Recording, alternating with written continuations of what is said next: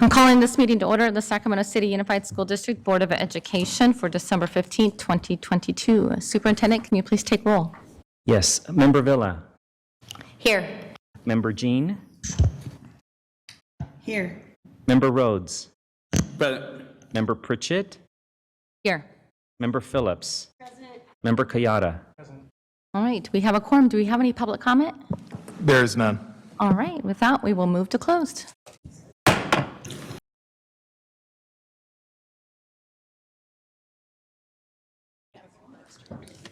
All right, I'm calling this meeting back to order. Item 5.0, announcement of action taken in closed session. Good evening, President Pritchett. There are 3 announcements coming out of closed session this evening. First, at a prior board meeting on November 17th, the then Board of Education approved a material amendment to the purchase and sale agreement for property identified as APN 003-2020-001-000, commonly known as the former Old Marshall School site, by a 6-0 vote, with Member Villa absent. The material terms of the amendment include: 1, a purchase price of $1,470,000, 2, a closing date of December 21st, and 3, confirmation that the buyer is aware of the existence of hazardous materials on the property, and with this knowledge, buyer is purchasing the property in its as-is condition and assuming responsibility for the remediation. That amendment has since been executed by the buyer. For clarification, all remaining items refer to actions taken tonight by the current board. The board this evening approved a special education settlement agreement identified as OAH case number 2022-100579 by a vote of 7-0. And the last announcement will be made by the superintendent. Thank you, Ms. Collins. I'm very pleased this evening to announce that the board approved the following appointment.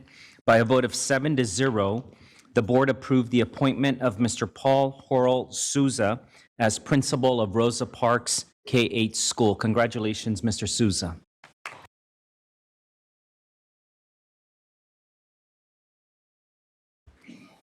All right. Item 6.0, agenda adoption. Can I get a motion? All right, can I get a second? Second. All in favor, say aye. Aye. Thank you. Item 7.0, public comment. Mr. Heap, how many public comment do we have? We do. We have about 35. Okay. Let's begin with Skylar Lamb, followed by Virginia Sy, then Maria Santamaria, and Orlana Van Zant.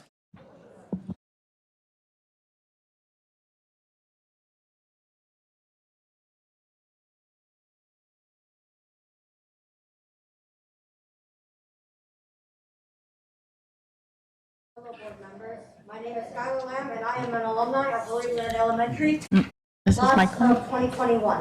I currently attend Sutter Middle School as an 8th grader, and was part of the mentor and immersion program for 7 years at Williamland and 1 year at Sutter before we were unable to raise enough. Perfect, thank you. Sorry. Do you want me to restart or no? Okay. I am here today to ask for the support of SUSD to fund MIP pathways and other such immersion programs into middle school and beyond. As we all know, a requirement to graduate high school is at least 2 years in a foreign language, whether it be French, Spanish, German, or Japanese. Extending already existing immersion programs into middle school and high schools will build upon the knowledge that kids already have, which will give them more of an opportunity to improve upon their skills, and they will also get a chance to learn more about the culture of the language. When you go into class to learn a language, what do you want to get out of? You want to get out of a class education and knowledge that you will learn and use for the rest of your lives. With only 2 years of education, most people forget all that, like when they go to college. And if you learn even more, what is it good for? Just something on a college resume? In an immersion program, you will learn the culture and you will have more of an incentive to retain that knowledge and use it well.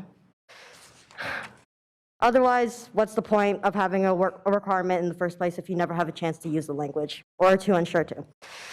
On another point, learning a second language from a young age can help a youth learn to read faster, as well as understand what they are reading. An article published by waterboard.org, an organization determined to blend the best aspects of learning science, mentoring relationships, and innovative technologies to form community, school, and home programs that deliver excellence to equity for all learners, states that because youth in immersion programs are exposed to multiple different languages at a young age that are better equipped to compared to their monolinguistic peers to develop their phonetical awareness skills, which is the awareness of and ability to work with sounds in a spoken language. Essentially speaking, this helps them learn to read faster. With all respect, we are the capital city. We should be paving the way for everything, including education. Widespread immersion programs in general are a big step to being that leader in education and would set the precedent for everyone to follow. In the words of Daryl Wu, we need to make this the destination district, and extending immersion programs is a big step to doing that. Offering programs that no one else in the area offers makes us stand out, and that builds a destination district. Thank you, board members, for your time. Thank you. Next speaker. We have Virginia Sy, followed by Maria Santamaria, and then Orlana Van Zant. Hi, good evening. I'm Virginia Sy. I'm a parent of a 4th and 6th grade students at William Land Elementary School. I'm speaking on the same topic of Mandarin immersion. I'm here on behalf of all the students and the graduates of William Land Elementary School to ask that the board and the district start expanding the Mandarin classes at the middle and high school levels. For the new board members, welcome and congratulations.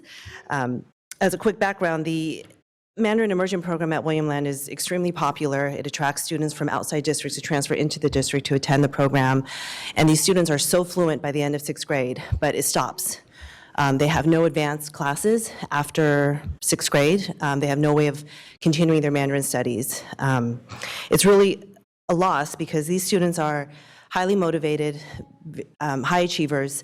They want to learn more, and such that they take time out of their schedules to trek back to William Land once a week just to take private classes from their teacher. It's just really a loss because these students understand the value of learning a language and learning it well and using it in their futures because we have a very, increasingly interconnected world.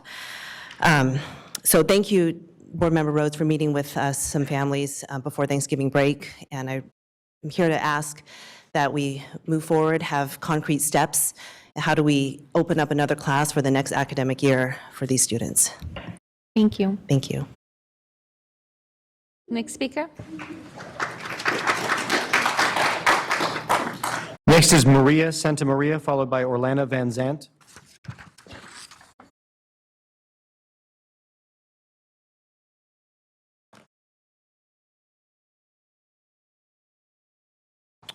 Orlana Van Zant.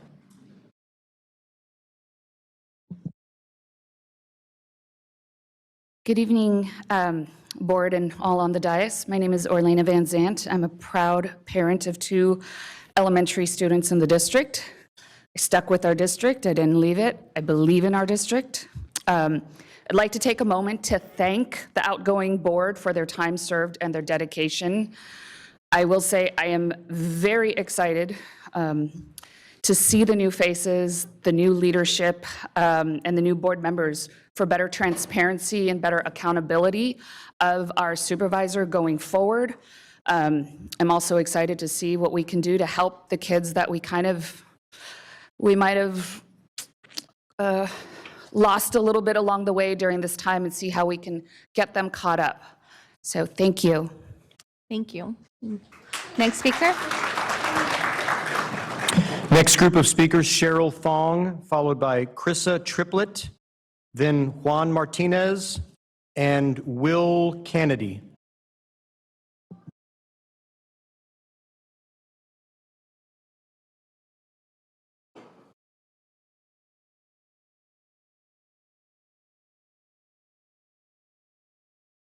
Good evening. Hello, everyone, and congratulations to the new board members. I was here not too long ago, and it was a very emotional time for me, and I apologize for that. Everything was fresh. But once again, I just want to introduce myself. My name is Krissa Triplett. My kids are in Sacramento School District, my son and my daughter. My daughter was one of the students that was attacked at Kennedy High School, October 13th, 2:30 p.m. That's embedded in my brain. I think about it every single day.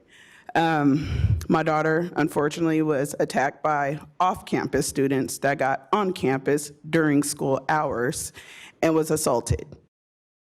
I got a FaceTime call from my daughter with blood coming down her head while I was at work. I almost lost my life trying to make it to my daughter. The reason I'm here tonight is because just bring awareness. I'm pretty sure we all know what's going on in the world right now. It has changed. It changed a lot. And the number one priority should be safety.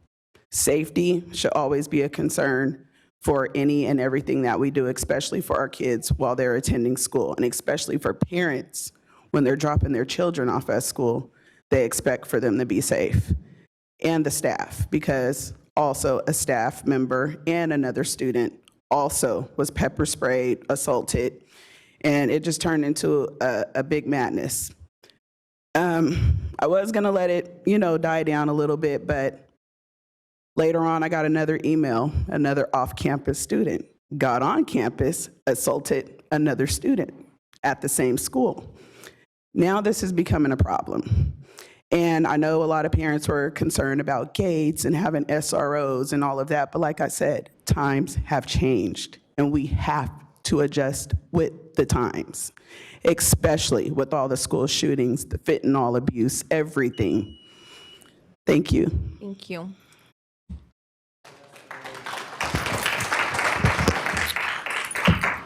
Upon hearing of the incident that happened at John F. Kennedy High School, I was there.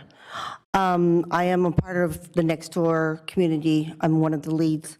And as I asked last month at the last board meeting, that the reinstatement of the SROs be reinstated back into the Sacramento school campuses. It's necessary that we detour from the outside and elevate from the inside. And so at this time, I'm asking that the reinstatement of SROs and some discussion of school safety be put on the agenda for next month. Monsiama Elementary School in the Pocket area is the only elementary school that does not have a gate surrounding the school entrances, and that also needs to be addressed as well, too, on behalf of Will Kennedy. Thank you. Thank you. Superintendent will be discussed in January.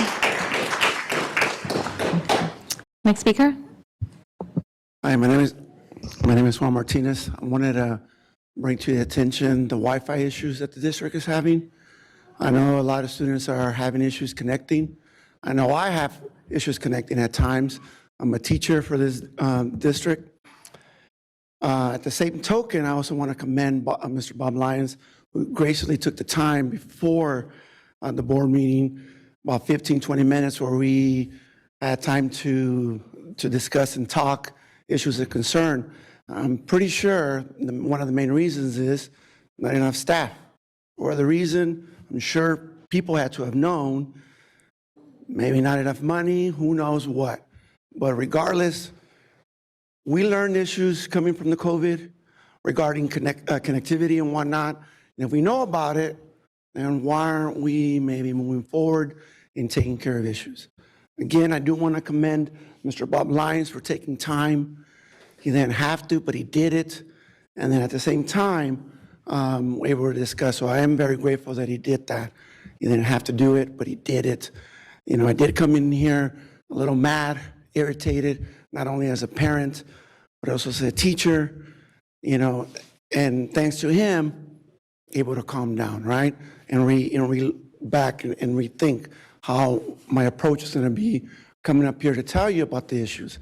But we do have a serious issue with kids not logging on, not getting in, and then what do? What am I going to tell them all the time? I know I got it. I'm trying to work on it. But I'm at the point that if we don't get that, maybe I'll start bringing my kids here, students, and have them tell you guys the issue, and you can tell them why we continue to have that issue.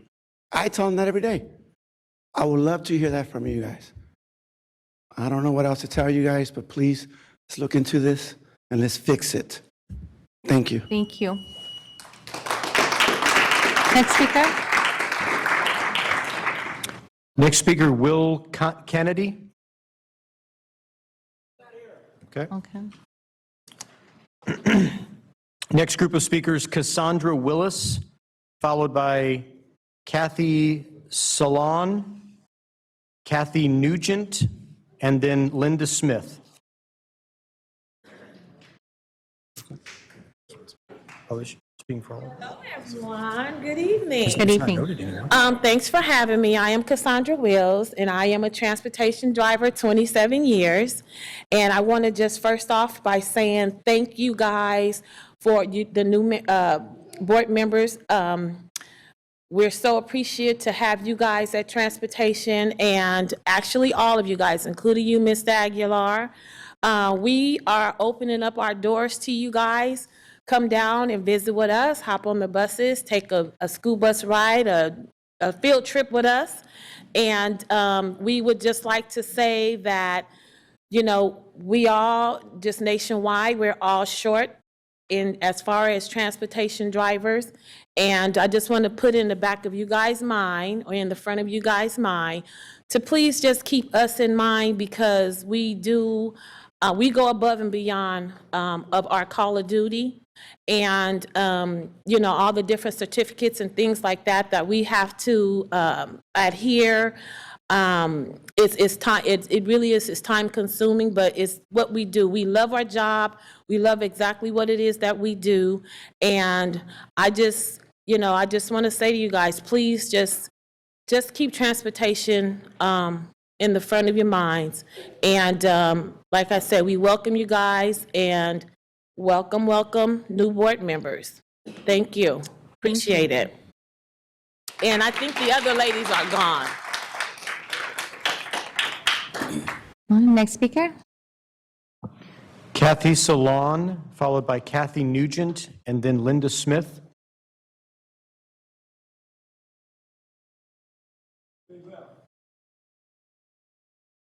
Next group is Esther Gonzalez, followed by Veer Singh, then Zena Perez, and Gil Patterson.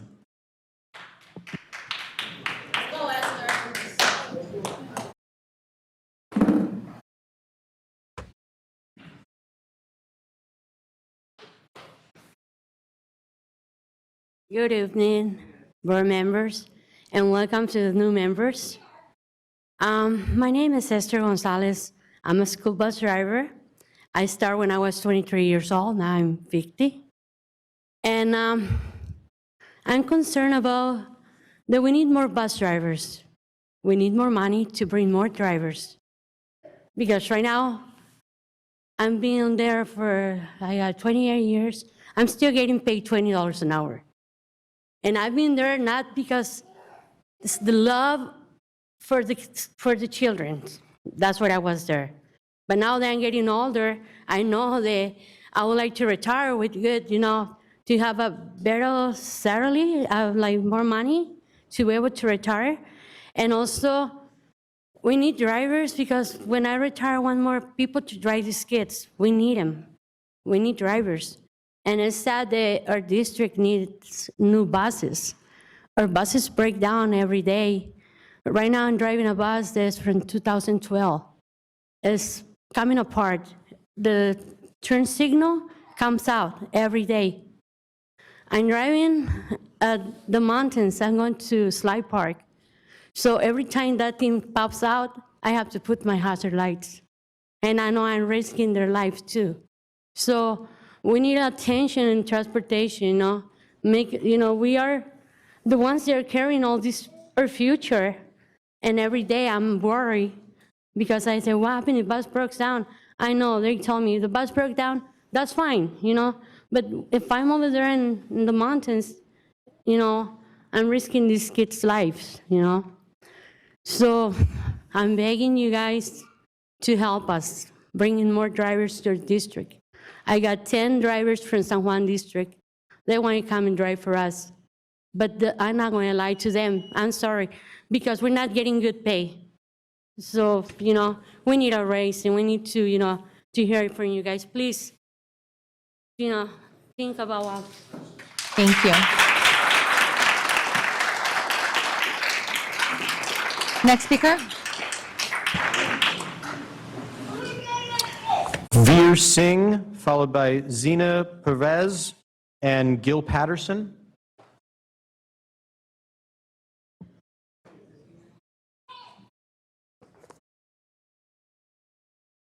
Good evening.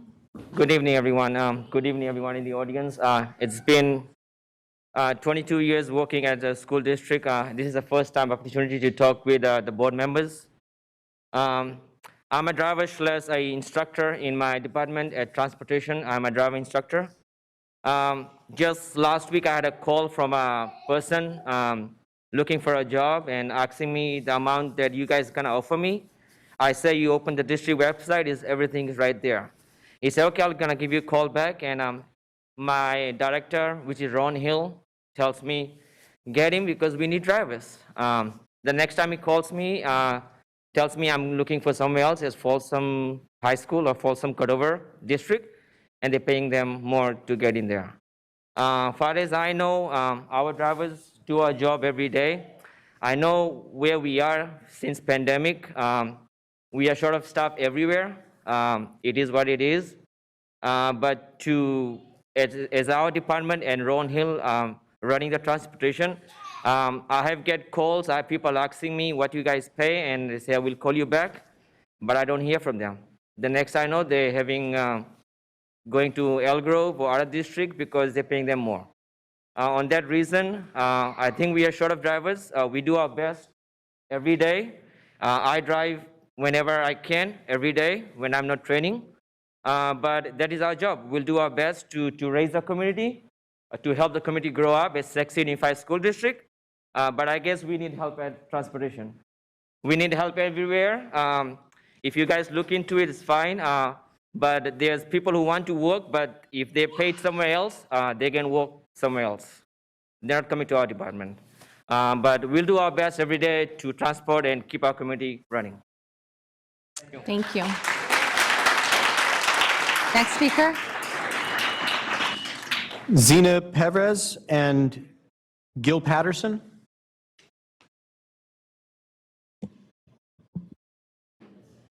Zina chose not to speak. Good evening. Good evening. Welcome to our new board members. You've heard the drivers, you heard our trainer. You've been hearing us.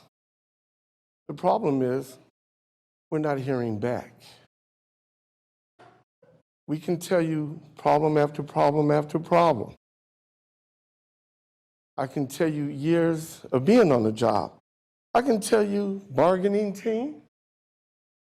I can tell you steward, treasurer.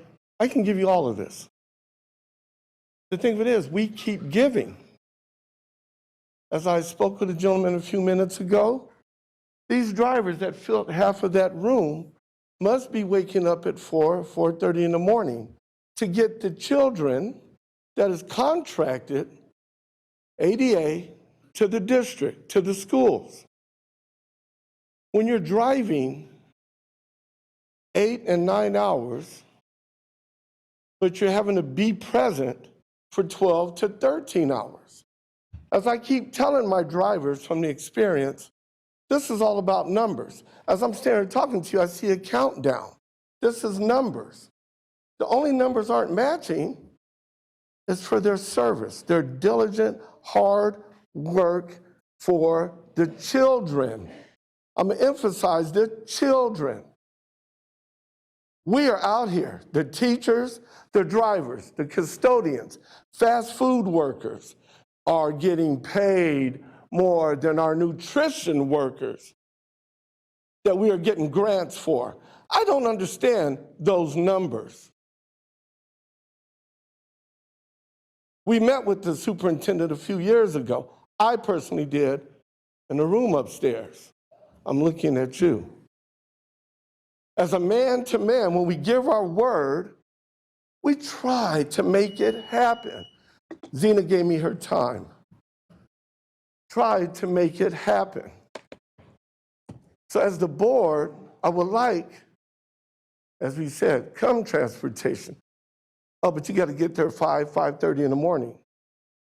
And we don't leave until 5:30, 6 o'clock in the evening. As you heard another driver say, these buses break down. I'm going to give you guys an example. I can show you pictures in my phone of a man that didn't pay attention.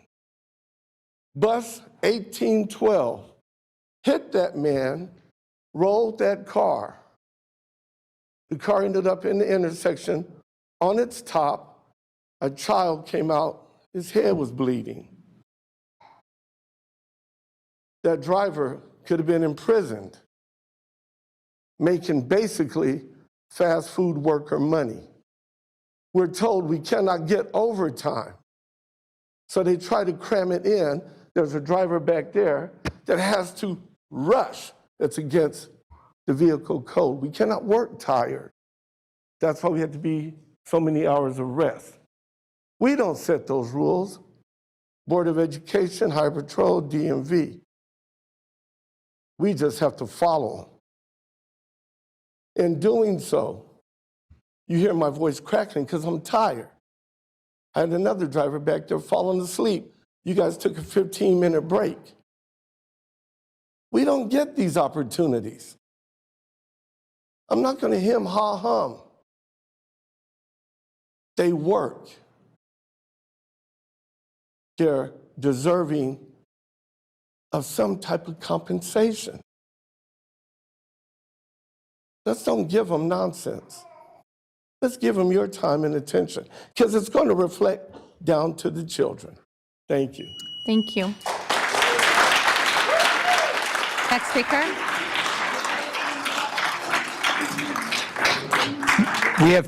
We have two speakers who have yielded their time to Shanna Just. So Shanna Just is recognized for 6 minutes. All right.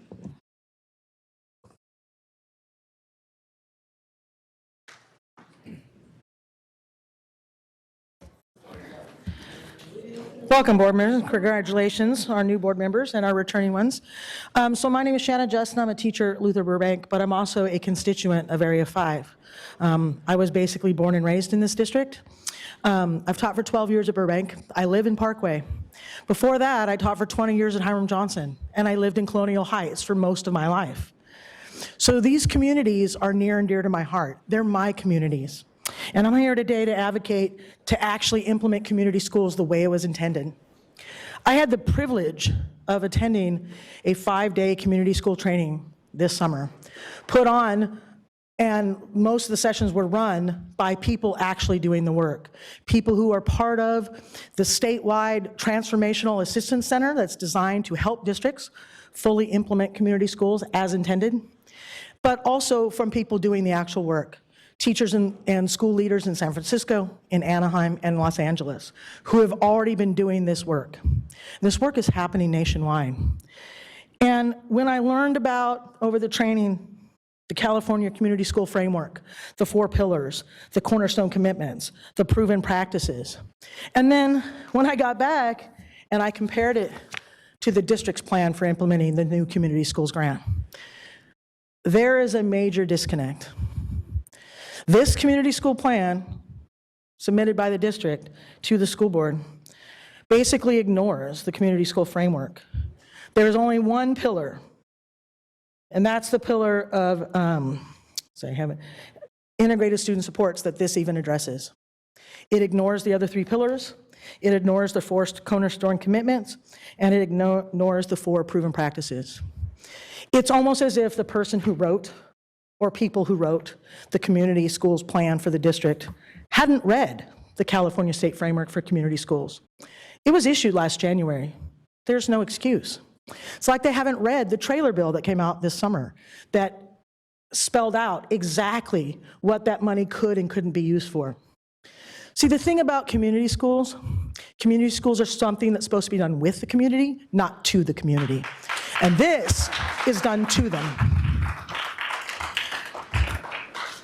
Community schools, properly run, can transform people's lives, the lives of the students, the lives of the teachers, and the lives of the community members.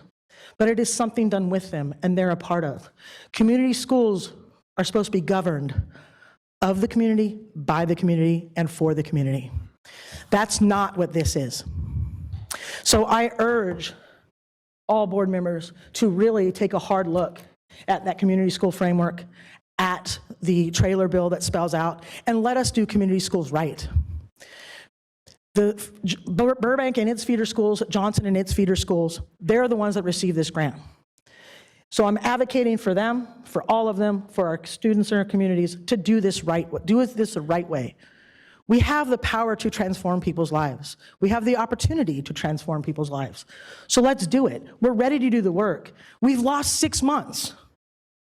We should have already been doing this. We should, second semester, be ready to go on those needs and assets assessments done by those communities. And yet we're not. We can't afford to throw away time. Time isn't unlimited. We cannot afford to lose the time. We have the money, the funds were provided not only to the schools, to be spent and determined based on the needs of those schools. The districts receive separate money to do the district program. Okay, this needs to be done right, not this. This is done to us. You need to do it with us. Thank you. Next speaker. Next group of speakers, we have Teresa Hanneman, Damian Harmony, followed by Kara Seinhorst and Scott Chase.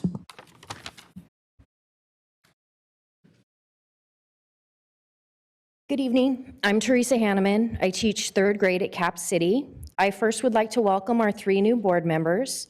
I am hopeful that your addition to the school board will help to refocus the board to advocate for equity among all of our students, no matter what school they attend, to mend relationships with your labor partners, and to finally make this district a destination district for students and employees. I am hopeful that you will work with us as partners as opposed to treating us like adversaries. I am hopeful that this board will spend more time engaging with the community, students, and employees, and less time passing resolutions. I am hopeful that you will keep in mind that the superintendent works for you, not the other way around. Last time I spoke here, Ingrid Hutchins and I asked for your help in getting science materials for our students at Cap City. While many students at Cap City still do not have the basic science materials that all of the other students in the district have, I am optimistic that we will get additional resources we need, including science kits for each teacher in multi-class grade levels. I'd like to thank Mr. Amorine and Ms. Lampkins for advocating for our students, and I'd like to thank Michaela Fetzer for being receptive to our concerns and for sharing our eagerness to get our students the materials they deserve. Thank you. Next speaker.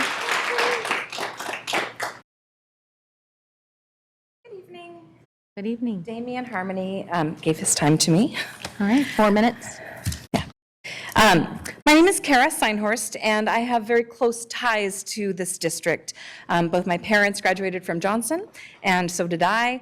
My kids are in your district and yours. And of course, I work at Luther Burbank, and I see you there. I've been in this district as a teacher for 23 years, and I love my job. I absolutely love being a teacher here.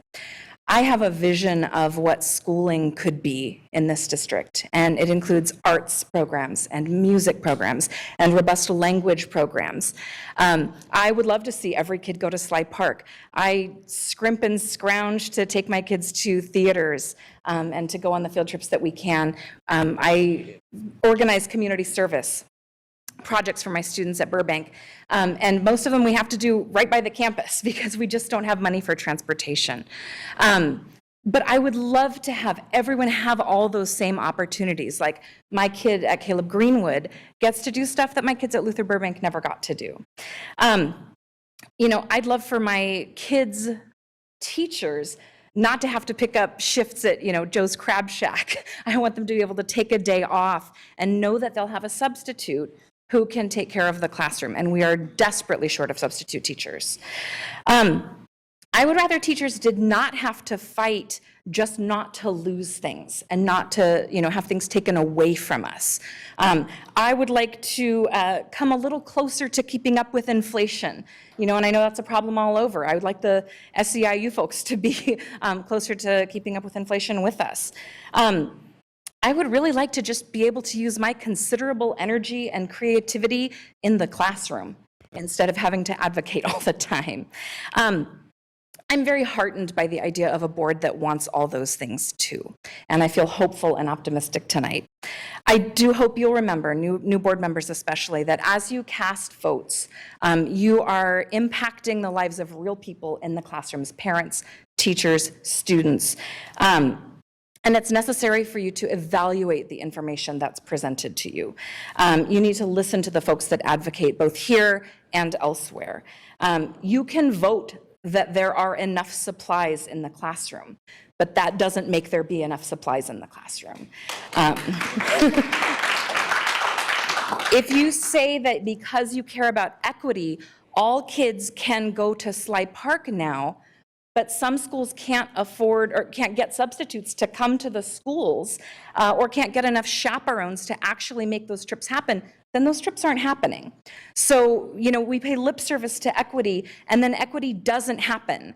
But we said it was important to us, and I don't think that's enough. I think we need to work harder to solve the problems that face our children and our schools. I'm a big believer in the democratic process that put you here. And I worked hard. And I know that you will advocate for the students and for the schools in your areas, and you'll put their needs above, the importance of an appearance of unity. I'm sure that you are going to put the students' needs first. I also know this is a really hard job, and it involves a lot of late nights and sometimes dealing with angry constituents and the need to really be, I saw the packet, I saw the agenda packet, right? You have to be familiar with that information, and I recognize that you are doing a really hard job in service to your community, and I appreciate you and I welcome you. Thank you for being here. Thank you.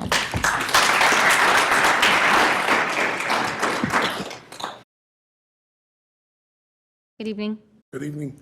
My name is Scott Chase. I'm a product of Sac City Schools. I started with Sac City in 1970, was a kindergartner, went to Kit Carson, graduated Sac High class of 83. For the last 34 years, I've taught in this district. I teach fourth grade at Mark Twain. Tonight's a very special night. It's brought to you by some amazing numbers. 65,000 phone calls were made for these new school board members. 43,000 doors were knocked on. 3,500 handwritten notes were written. But I also want to talk about the hundreds of SCTA volunteers that made this night possible. I also want to focus on two numbers, though. One number is 100 degrees, and the other number is 1. Late August, I've lived in East Sac since '94. My house doorbell rang, and Jazit Singh, it was a warm day, it was about 100 degrees, and he was there and telling me he was running for school board. At that time, I didn't know you, and I didn't know you were endorsed by SCTA, but I want to make a special thanks to you. I also want to tell the truth. Confucius once said that 3 things that cannot stay hidden for long: the sun, the moon, and the truth. The truth is this district has never been in financial bankruptcy. The truth is in 2013, the state of California changed the way it funds public schools, and this school district has benefited dramatically from that amount of money. This is called local control funding formula, and school districts like Sac City that have high socioeconomic kids living in poverty, high kids living with limited English, and lots of students living in foster homes. Everywhere these funds have gone, there's been fights. I challenge everybody on the board tonight to Google what I'm saying. Google Oakland Unified, Google LA Unified, and Google Sac City Unified. And you're going to find, last point I want to make is I want to end it with this one note. This district received this year 12.84% ongoing raises from the state of California. At no time in the history of this district has the funding ever been as high as it is right now. It's record funding. And I want to thank the 3 board members for all your work and your effort. And I think we're going to have a brand new district starting tonight. Thank you. Thank you. Next speaker. Next group of speakers, Carly Fawcett, James Riffle, and then Alice Mercer.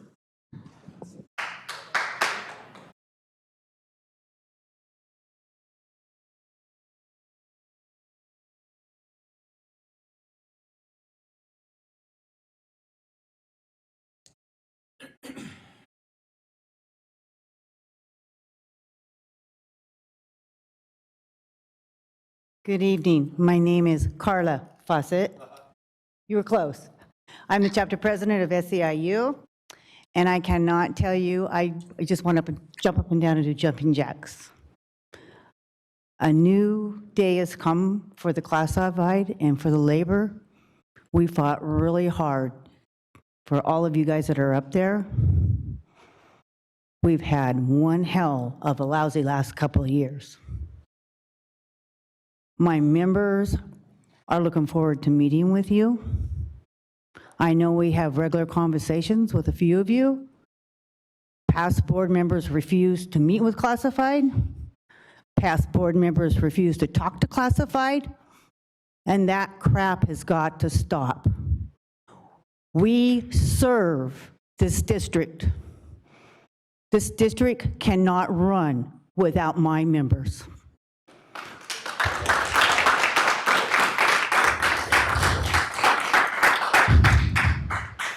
My members pick your kids up and they take them home. They feed those babies.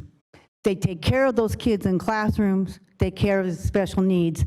They change their diapers. They feed them. And they work with them hand in hand all day long. Those babies are their babies. And it's time we get the respect that we deserve. We're no longer gum on the bottom of this district's shoes.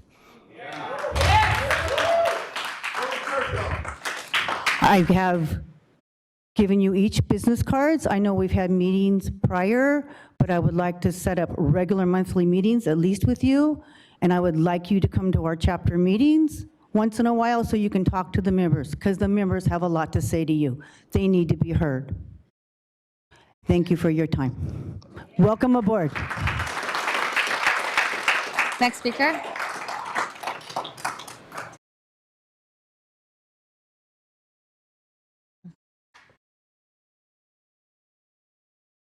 Hi there, my name is Alice Mercer. I'm a teacher over at Bancroft Elementary. Today is a new day. We have a new school board, and while I have hope it will be truly a new school board, a board that is focused on students, families, and the staff that help run our schools, I want to remind everybody about how we got here. I used to come to these school board meetings. I would come to warn prior boards about the impact of wrong-headed decisions, about the fact that their budgets did not add up and were being misused to hurt not just employees like me, but our precious students.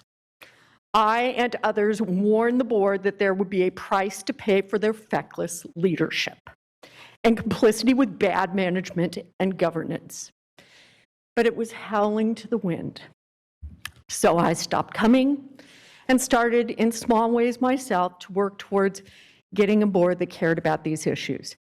Over time, more and more educators, staff members, and parents began to see that this was needed too and joined in. And now we've had an election that offers a path forward. Make no mistake, you are all accountable to the public. We will support your efforts to move forward in positive ways because none of us can do this alone. It's a partnership. But backsliding cannot and will not be tolerated. You've heard what we need from the bus drivers about the Wi-Fi, about a host of issues. And there's a lot on your plates. What we need to see is some positive change. Thank you. Thank you. Next speaker.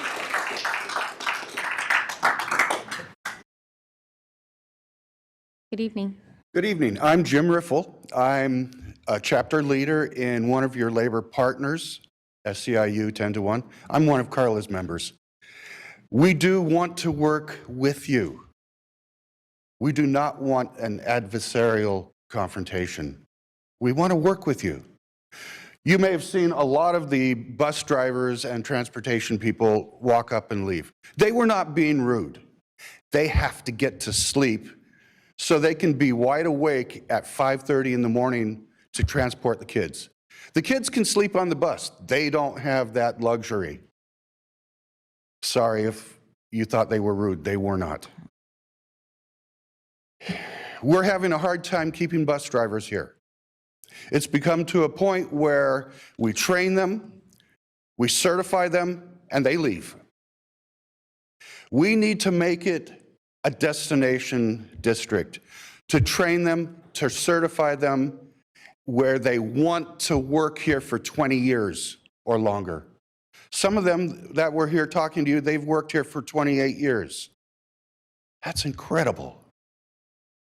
Now, as a member of the union, I have been able to sit on many interview panels trying to hire people into the positions. Quite often we get one candidate. We should be getting 7 for every single position. One candidate doesn't always mean we get the best person in the job. Sometimes we have to repost. Sometimes we take the best we can get. That's not the way we should be. We should have 7 people applying for every single posting. Thank you. Thank you.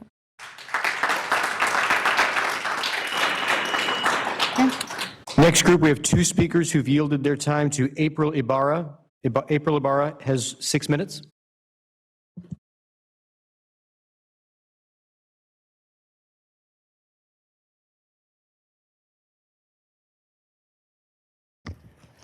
Good evening, Board and Superintendent. April Ibarra, two kids at Johnson. And I want to share my thoughts as we welcome the 3 new trustees to the board. In doing so, I'm going to address some important things that have seemed to be avoided and or ignored. In the spring of this year, when SETA and SEIU went on strike, the district closed our schools as they dragged their feet during bargaining. The district sent out messaging that blamed the unions for allegedly not wanting to bargain. The district also made the decision to close our schools, leaving thousands of students with learning loss, students which normally depend on breakfast and lunch from their schools, and they went for 2 meals a day without. Families lost work because they depended on working during school hours because childcare is very expensive. Students that are battling challenging mental health crises, and even students battling suicidal ideation, lost their safe place at schools with their teachers and with the support staff. And although the district had supporters who blamed our teachers and support staff for closing our schools because of the strike, I saw with my eyes, and I know in my heart, that that wasn't the case. Families in our communities, by and large, have faith and trust in our educators because we see the work that they do for our kids day in and day out at their school sites.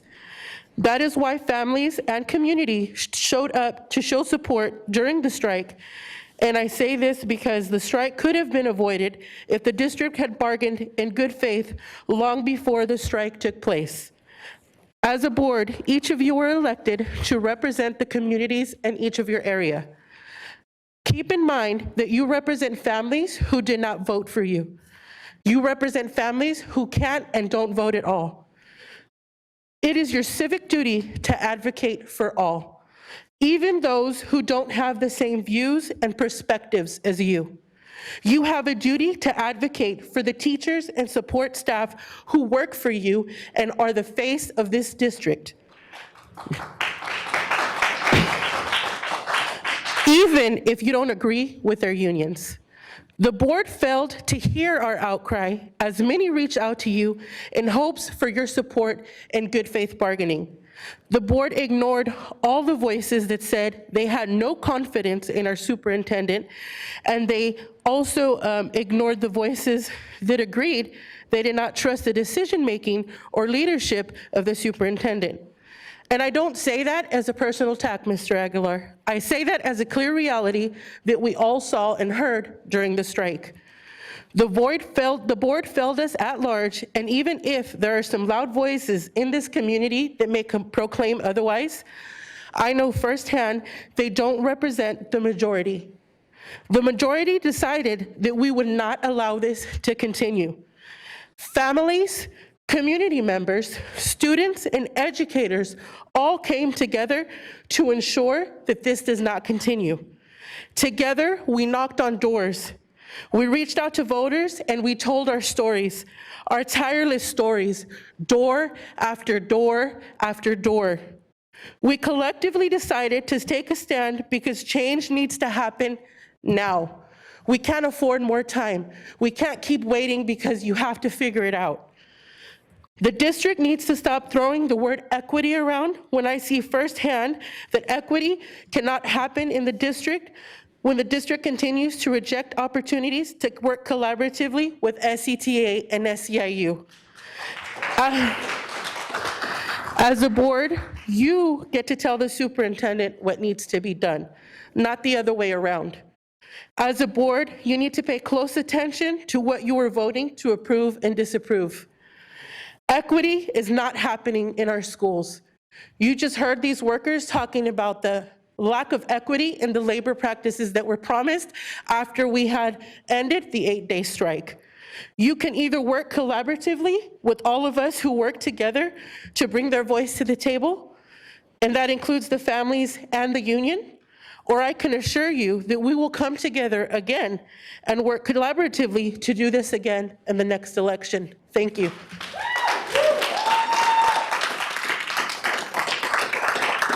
Next speaker. Next speaker, Terrence Gladney, followed by Shonda Wesley, and then Jean Shanley.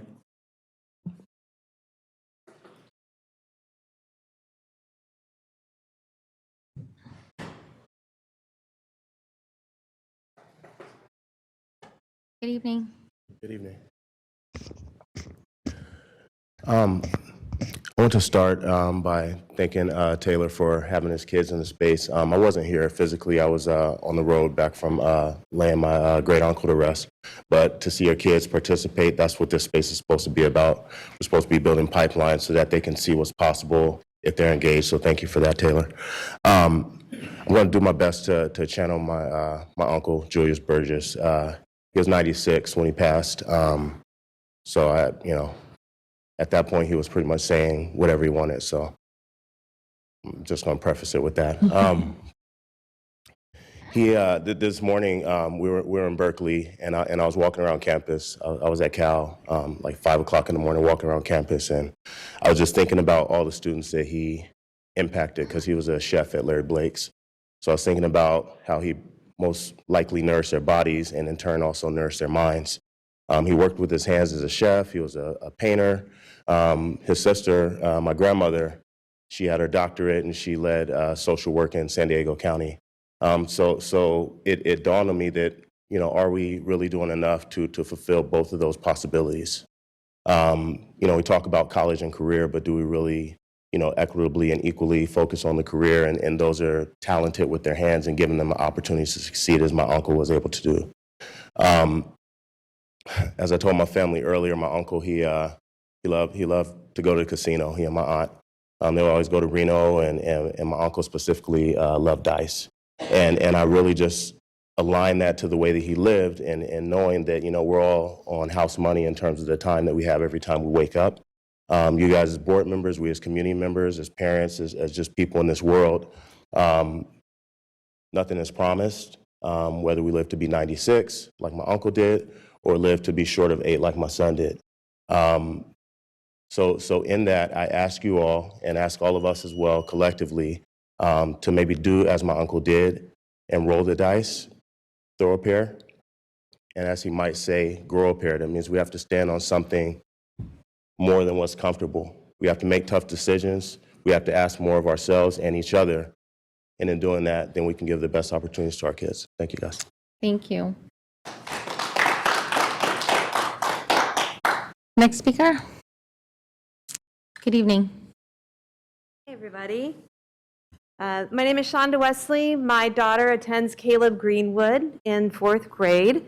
I wanted to first, even though they are gone, thank the outgoing members for their service. Running for office and being a public official and a public servant is the toughest job around, and I'm aware of that.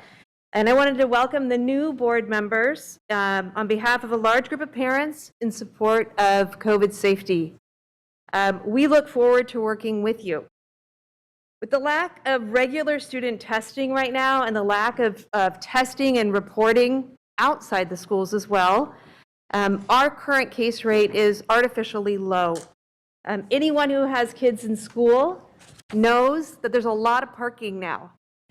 Drop off and pick up is easier, and that's because huge amounts of kids are missing from the school. And it's either the flu, it's RSV, or it's COVID. Other cities have already mandated masks. We aren't there yet, but I want to encourage the new board to, at a bare minimum, keep our current mask policy. So when it does go into high, we automatically mandate masks again in schools. And also, we should take a look at filtration and other safeguards, and together, working with families who are concerned about COVID safety, with the new board, we want to help you keep your daily attendance up and the money coming into the district by keeping the kids in the classroom, learning where they should be. Thank you very much. Thank you. Next speaker. We have Jean Shanley. She's had 3 other people donate their time, so she has 8 minutes.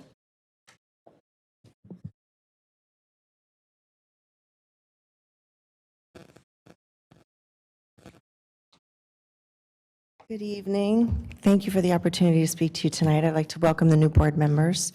There's such an era of transition tonight. It's really exciting, and it's a perfect segue into the comments that I want to make tonight. I wanted to focus on mental health issues of our community members. There's been some emphasis on the students, which is really, really great, about supporting the students, understanding the stress and anxiety that they have been under because of the pandemic and isolation, suicide prevention concerns, and I support all of that. But there hasn't been any discussion about mental health issues and needs of the adults in the district, and so I wanted to focus on that tonight. So I'm referring to teachers, principals, assistant principals, school staff, office staff, the district administration staff, including the superintendent's office and the board members and all the parents in the district. I personally have witnessed a number of examples of like some disturbing incidents recently and over the past several months involving various adults in the district that are showing like some signs of pretty significant mental stress, which I believe is creating a negative environment for the students. So I'd like the district to consider that and look at it in more detail and possibly, maybe a self-assessment survey or something for adults in the district. And I would focus on employees and, possibly also parents. So when the adults are having stress, this transfers to the students, and the students suffer negative consequences, even abuse at times. It makes no sense to try and assess the students' mental health needs and provide support to the students if the primary cause of the student stress is coming from the adults in the room, and the adults are going untreated. So I personally have witnessed some of this adult stress arising out of like COVID misinformation, COVID policies, illegal policies, COVID bullying, and even COVID paranoia. We have been learning over the past several days, weeks, and months that a significant amount of communications to the public about COVID over the past 2.5 years did not come from a place of truth or science. But rather from behind-the-scenes political pressure, manipulation, and maneuvering of special interests. So most recent transparency regarding government officials' communications with big tech and the mainstream media is showing a massive campaign to influence and even mind control the population to follow prescribed politically motivated social engineering narrative. This misinformation about the pandemic has impacted all of us, and I don't want to get into the weeds on all of that tonight. I just want to mention that it's there, and it's resulting in stress in the adults in the district. We have learned that school lockdowns never worked. They were never good for the kids, but how many people were screaming for lockdown? We learned that quarantining healthy kids was not good, had no science background, but how many people were demanding that? The masks don't stop airborne viruses. Many experts have come out not recommending masks in school for kids. The detriments outweigh the benefits, but many people still clinging to those masks. Vaccines don't stop transmission, on and on and on. Schools are not high-risk environments, but how many people think that schools are high-risk environments? Still misinformation around this. So many teachers' unions have pushed for lockdowns and masking, and we've learned this was never based on science. As a result, we have a community of traumatized teachers and staff who have been lied to and programmed to enforce these irrational narratives. Let me give you an example. Children at my school recently have been excluded from the cafeteria for lunch. Even in the rain, because there is irrational paranoia around the virus. They were forced to sit outside on cold concrete, sitting a little Indian style on the ground, eating their lunch as quickly as they could, and they were not allowed to go in their classrooms because there was fear around the virus. There's no reason they can't eat in the classrooms, but this was what was being told to them. This was what was being enforced at the school. I think that the adults need support, and that the officials at the school didn't realize that this made no sense. When masks were made optional last year, there was an incident where a teacher at my son's school told a student in the class that didn't wear a mask that he had to go to the back of the room. So he singled that student out and penalized the student, segregated and discriminated against the student because this teacher had a paranoia problem. At a recent community event at our school, the organizers told everybody they had a mask, even though that was not consistent with public health guidance. Where is this fear coming from? I think it's coming from the narratives that they've been receiving. So it's ongoing stress and just mental distress in the parents and teachers and adults. Last spring, they held an outdoor event where the crowd was corralled into the hallways outside the buildings. They were told they couldn't move around the whole property because they needed to keep safety. And I don't know how that was safety. I mean, the more you let people mill around and space out, the better it is, the more ventilation, but they restricted locked down half the campus, restricted everybody. I mean, why is this happening? None of it makes any sense. It's just, I can't think of a reason other than stress.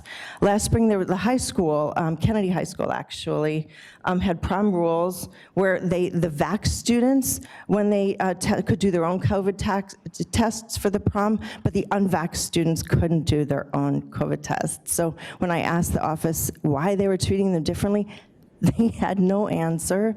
They just railed that there was, cases were spiking. I was like, I understand that, yeah, but why are you treating people differently?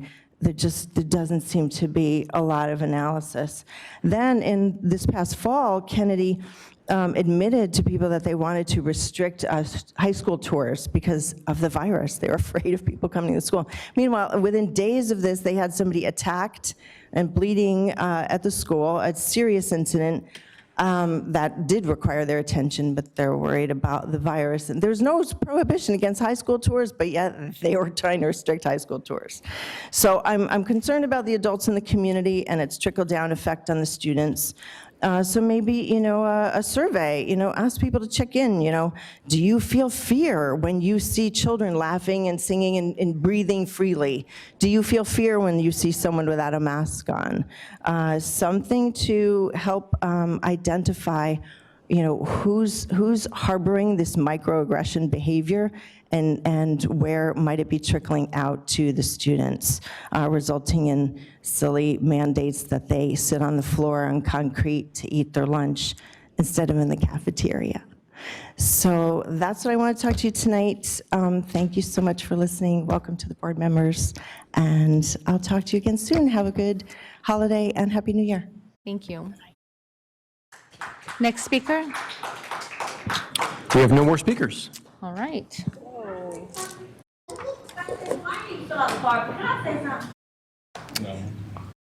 She said she fills out a Yeah, you need to fill out a card. Yeah. Brian, can you give her a card and she can fill it out as soon as she's done with her comment? Yeah, She can fill it out. She Yeah. can come up. Yeah. I've got it. Yeah.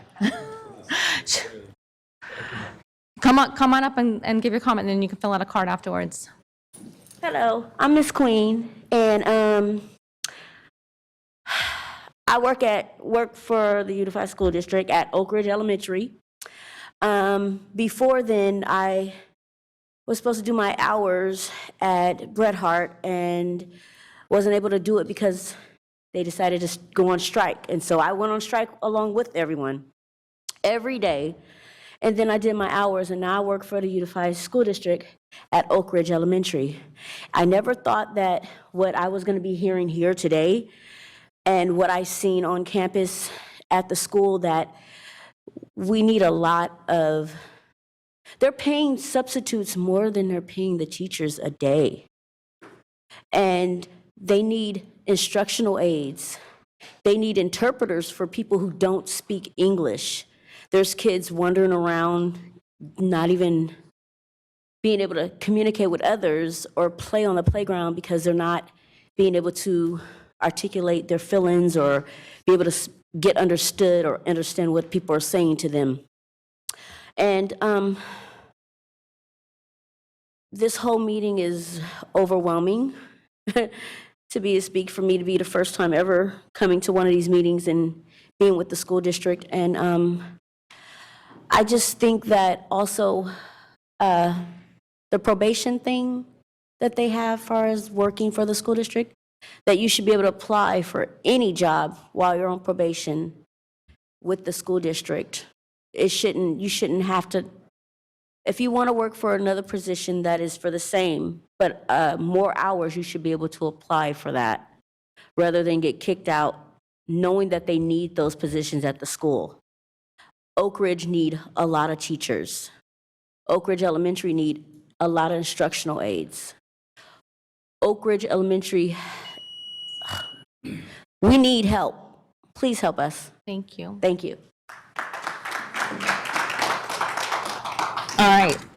Item 8.0, special presentations. 8.1, annual organization meeting of the Board of Education. Election of officers. The board shall elect a president, vice president, and second vice president. Oh, my screen's black. Oh. Member Kayada. Thank you, President Pritchett. Tonight, I would like to move to bring a slate for our executive committee. For president, I would like to nominate Member Rhodes. For vice president, first vice president, Member Phillips. And for second vice president, Member Singh. Thank you. Member Villa. Hit that.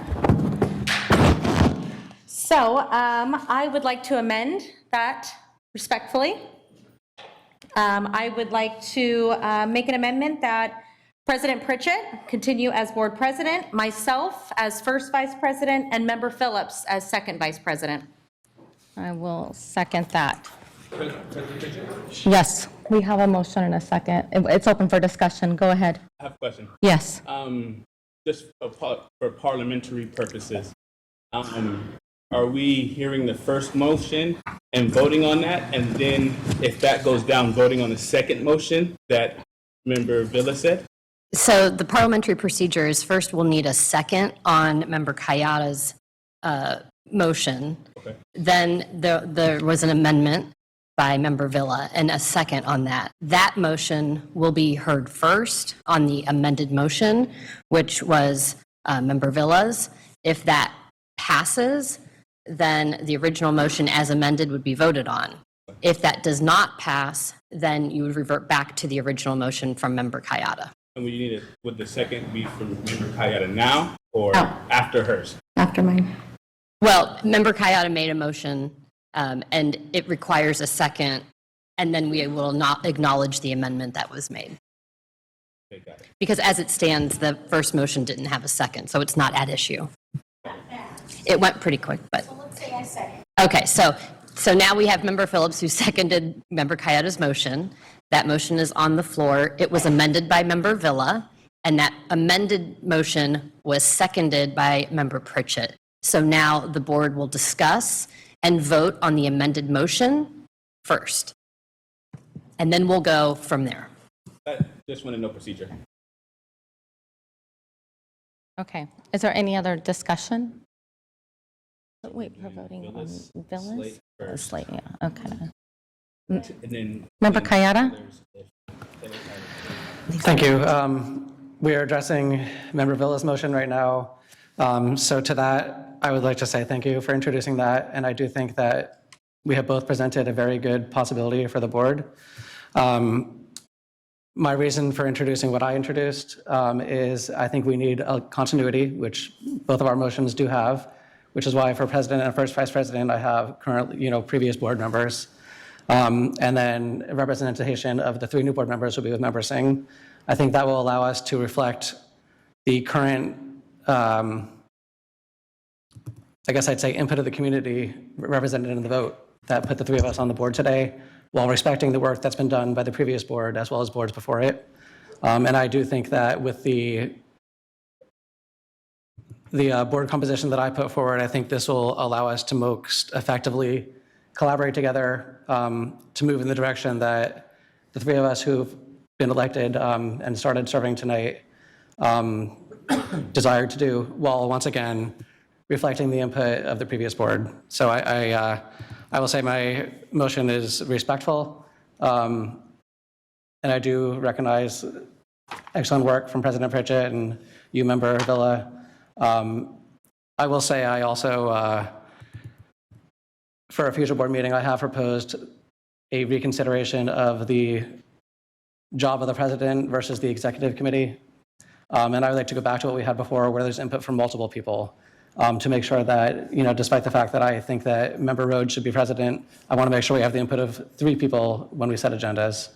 And so once again, by having current board members and incoming board members together, I think we can best accomplish that. Any other? All right. Superintendent, roll call? I was going to. Yeah, your light on, sorry. Oh, Okay, I'm sorry. Go ahead, Member Villa. I respect your comments. I do want to make sure that it is also spoken in front of our public and to our staff and to this board and our superintendent that the work that this board and will continue to do is a joint effort and will always be community first for our students. And I think it's in a very challenging position to be in as board president first and second. There's a lot of information that we may not all know, and I want to make sure respectfully coming into this position that folks are aware of the hard work of the road ahead of us all. So thank you. Thank you. So for clarity, and I'm asking you for clarity.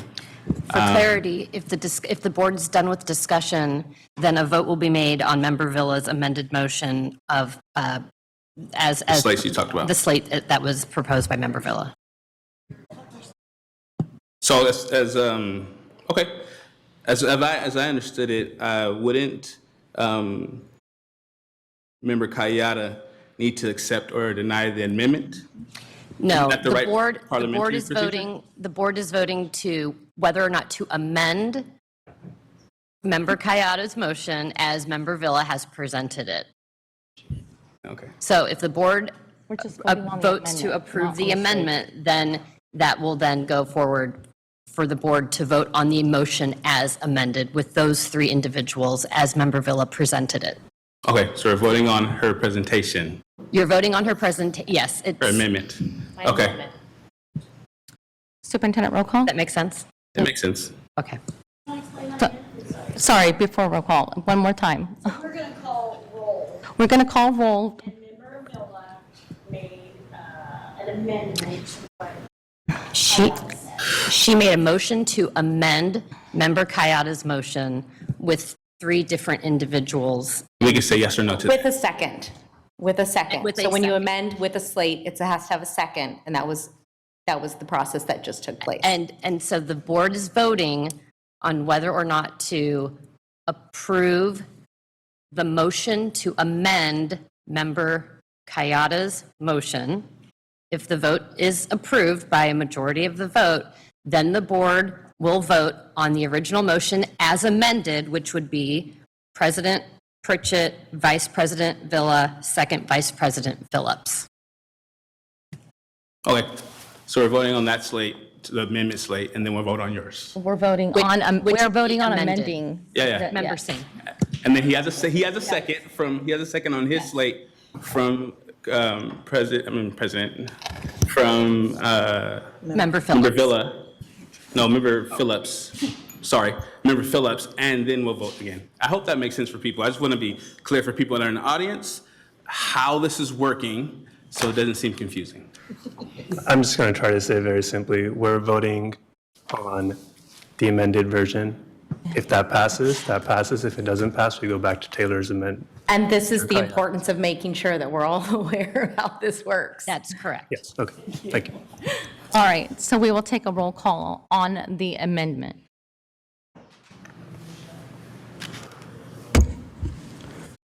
Member Pritchett? Aye. Member Singh? Member Rhodes? No. Member Jean? No. Member Villa? Aye. Member Kayada? No. Member Phillips? All right, the amendment fails. We will now vote on Member Kayada's slate. Superintendent, roll call? Is there board board discussion? discussion There's been based a on the motion and a slate? Sorry. second. Now you may discuss Member Kayada's motion. Seeing no comments. Superintendent, roll call? Member Pritchett? No.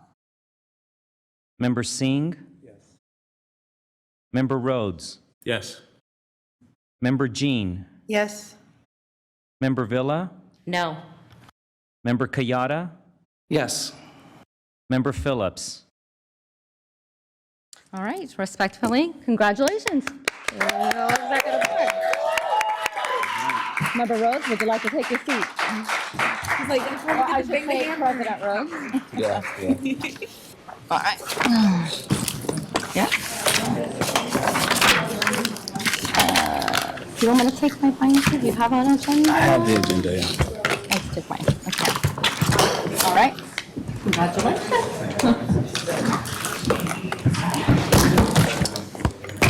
Hello. Hello. How you know? Excellent. Okay. How do you see or get to say just random? Very different. Very different. Okay. Okay. We're going to move on to item 9.0, 9.1 actually. Approval resolution number 3301.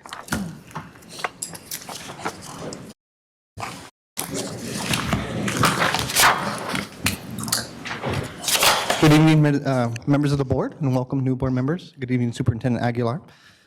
This presentation is on the resolution to commit funds. We'll go ahead and jump on in. Is there a clicker or? Got it. Thank you.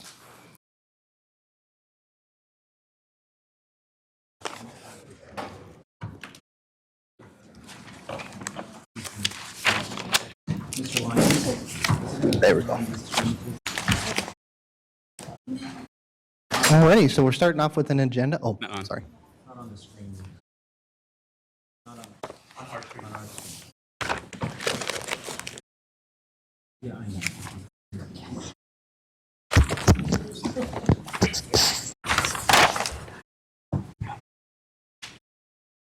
Hold off, Mr. Castillo. The screen.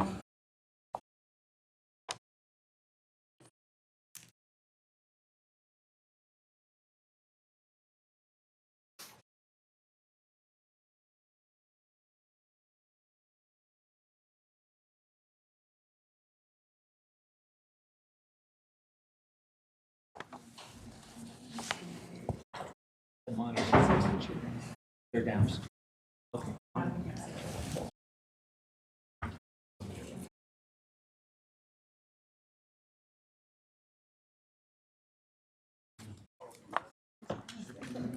Wait.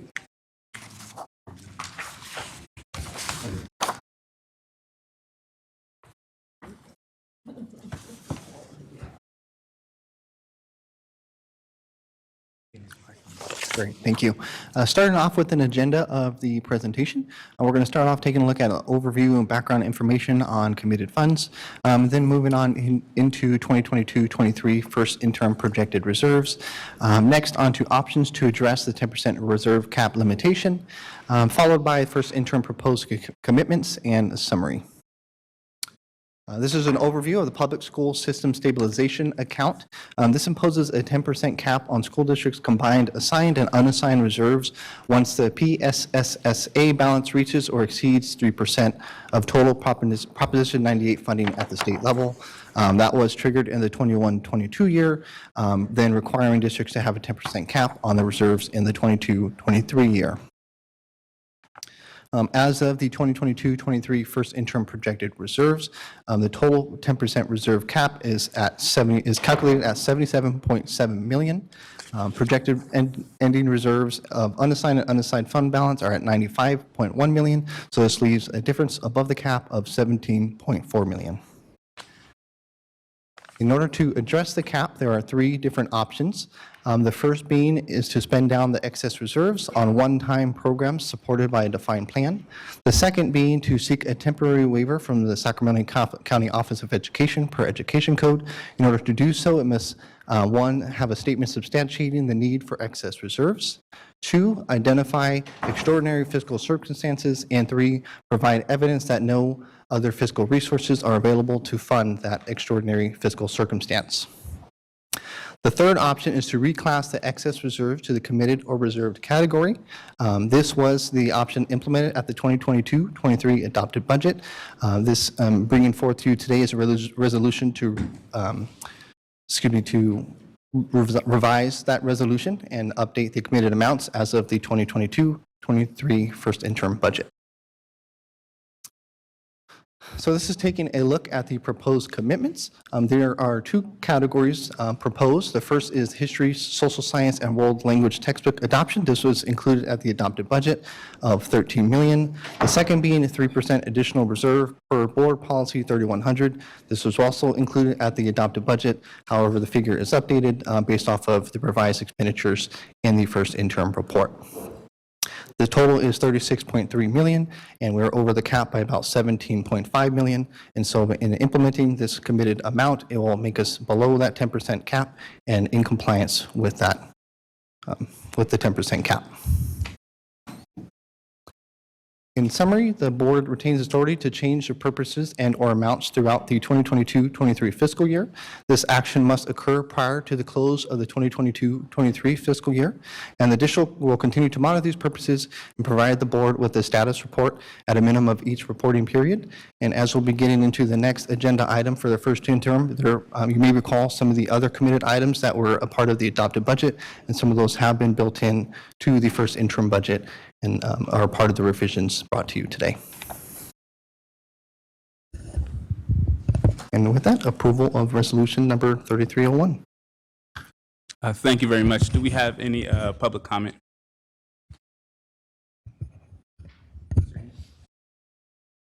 Sorry, we do not. Comment from my colleagues? We have, it says Darrell will need some. Okay.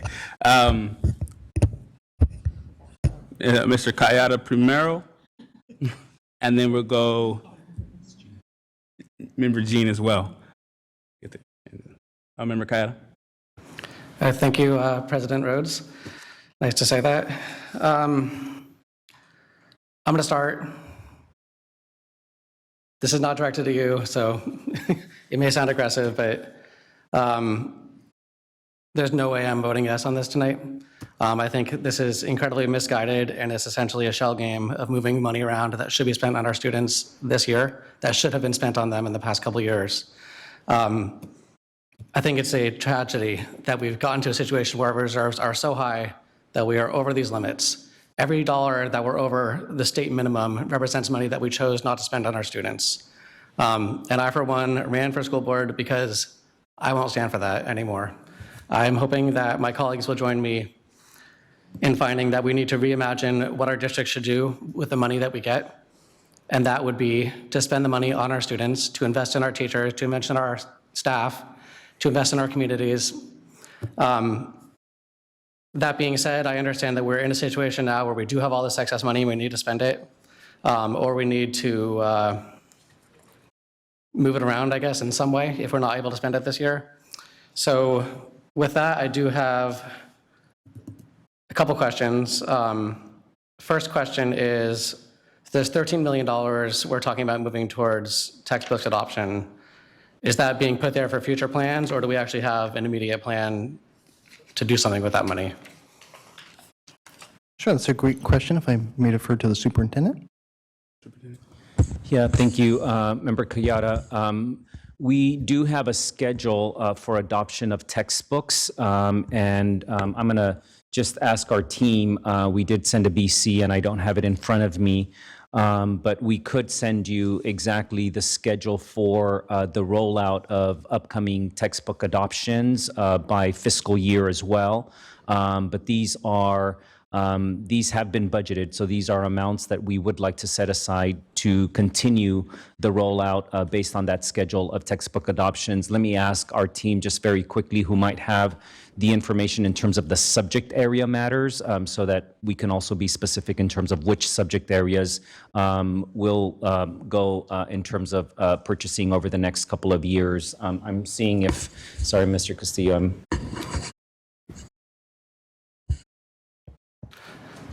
Superintendent, I would say that would satisfy my immediate question. All right. I will make sure, though, that we recirculate that board communication. It actually, just as a reminder for our current sitting board members, this was prompted by the discussion that we heard earlier about Cap City and textbooks and stuff. So it's actually a very recent BC that we will recirculate tomorrow. Okay, and I have two more questions. I'll just put them both out there.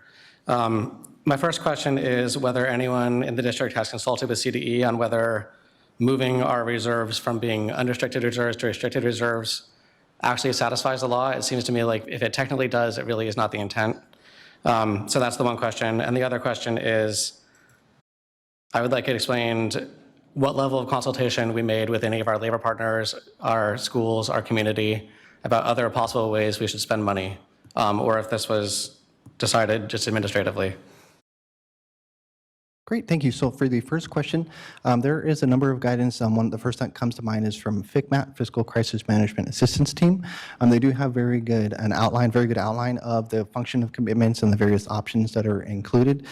So looking at the third option that was implemented at the adopted budget, that does require a plan a formal plan in order to be added as a commitment. So it can't just be selecting a number and put it on paper. There has to be a discussion around it and future plans and to implement those within the budget at some point in the multi-year projections. And then speaking to your second question, I will defer that to the superintendent. Thank you. Yeah, thank you, Mr. Kayada. At this stage, what we did is we did follow the board policy that the board had passed, indicating that when possible, that we would try to pursue the 3% above the 2% minimum requirement, and that's what that's what we're bringing this evening to the board.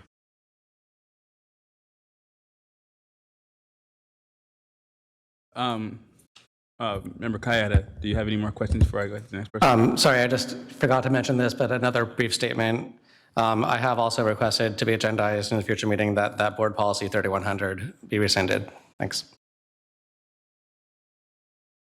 Okay, Member Jean.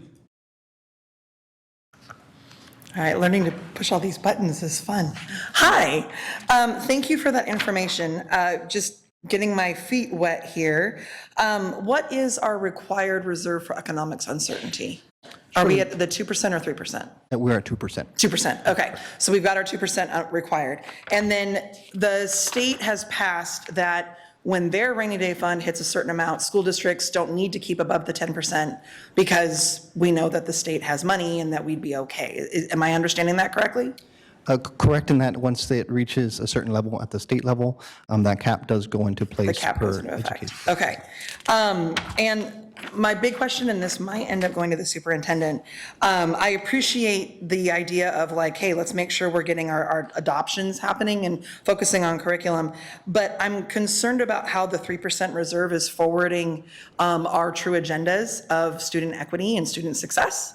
I don't see how the 3% just getting put in a bank account does that. So I was just kind of wondering, is there a way to maybe come up with ways for that money to be going towards those goals? And I don't know. Sorry, that's not a very clear question. That's okay. I'm going to say, Member Jean, that because of this new legislation, what we were presenting to the board is how we are proposing to set aside and commit those funds. And I'll ask, and today we do have our partners at the Sacramento County Office of Education, but the question of the flexibility for how those funds are committed and under what kind of encumbrances, I'm kind of looking to Mr. Castillo and SCOE for the level of flexibility, if you will. But in this case, we're simply making a commitment of how we propose to use some of those resources above what's required. Okay. All right, great. Thank you, Superintendent. So I guess I can invite our partners from SCOE up to speak to that piece as well.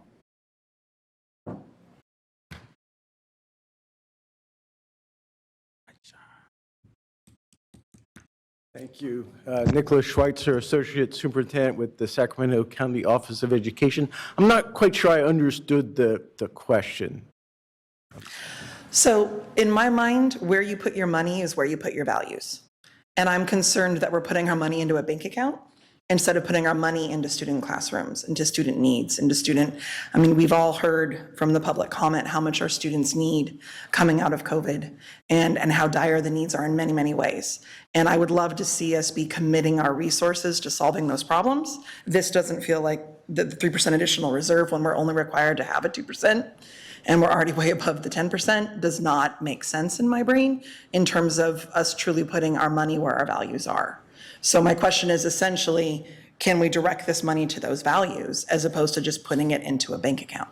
So I take it your question is, the need for the reserves, whether 2% is sufficient, what level of need reserves? No, I'm not needed? concerned about that. The state has already told us 2% sufficient, and that when we get over 10%, we don't need to keep it anymore. So I'd like to see us commit these funds to where they can go. Okay, let me first of all address whether the 2% is sufficient or not. So the 2% is the minimum level set by the state, minimum. Generally, we at the County Office of Education, we're responsible for reviewing all the district budgets in the county and ensure they're sustainable. That 2% is one of the key triggers for us that we are actually required to, if a district falls below that 2% or is projected to fall below that 2%, we're directed to come in and start taking corrective actions with that district to get them up above that 2% as soon as possible. That's state law. That's our responsibility. So 2% is a minimum. Generally, I don't think any districts in the county currently have a reserve of as low as 2%. Most are really well above 2%. And we're actually recommending that districts have reserves at the moment. We're over the last 3 years, the state economy has been really good. There's been a lot of great new funding for school districts, a lot of ongoing and one-time funding coming into school districts. It's looking like that's going to be moderating. We just got a report from the state legislative analyst's office about a month ago, indicating that state revenues are going to decline and funding for schools is going to decline. Now, we're not thinking that there'll actually be any cuts, but we're afraid that, well, we know that a lot of that one-time money that's been coming in from the state, that's probably not going to come in anymore. We're afraid that the state may not be able to fully fund the COLA. Now, we think there's going to be a large COLA next year, but we're afraid that the state's not going to be able to fully fund it. And we're afraid that some other programs, the state may pull back on some other programs as well. Now, the LAO is not assuming a recession, but they're also saying that, a recession could very much, they're thinking that there's a high likelihood of a recession. And so, we're all county offices of all encouraging districts, like this district, as you talk about how you're going to invest all this money into kids, make sure that you're doing it in a way that's sustainable, that you're going to be able to continue to do it next year and in the years coming. And that's going to require maintaining some reserves, certainly we believe certainly well above the minimum level. Member Jean, did you have any further questions? You talked about the 2%. What about the 10%? Why is the 10% not enough when the state has determined the 10% cap comes into case when the state budget has a whole bunch in its rainy day fund? Yeah, I'm not saying the 10% is or is not enough. I think that's a decision that you guys should make, based on sort of how you're committing the money.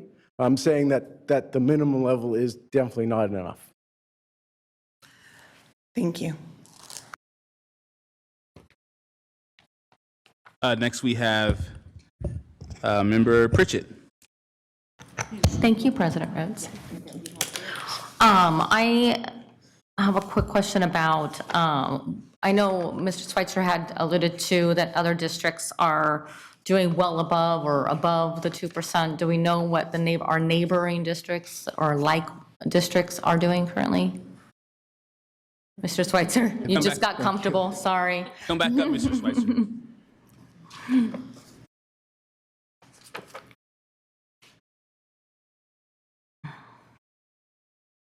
So I don't have that information at my fingertips. I will say that there are a lot of districts in the county that are, have similar, as a percentage of their budget, do have similar size reserves right now. A lot of it is because of the significant increases in ongoing and one-time funding the state has provided. They're all, doing what you're doing right now, figuring out, how much they need to hold back, and then how much they can commit to other things, and currently, invest now, and how much to commit to things in the future. So that's every district in the county is doing what you're doing right now.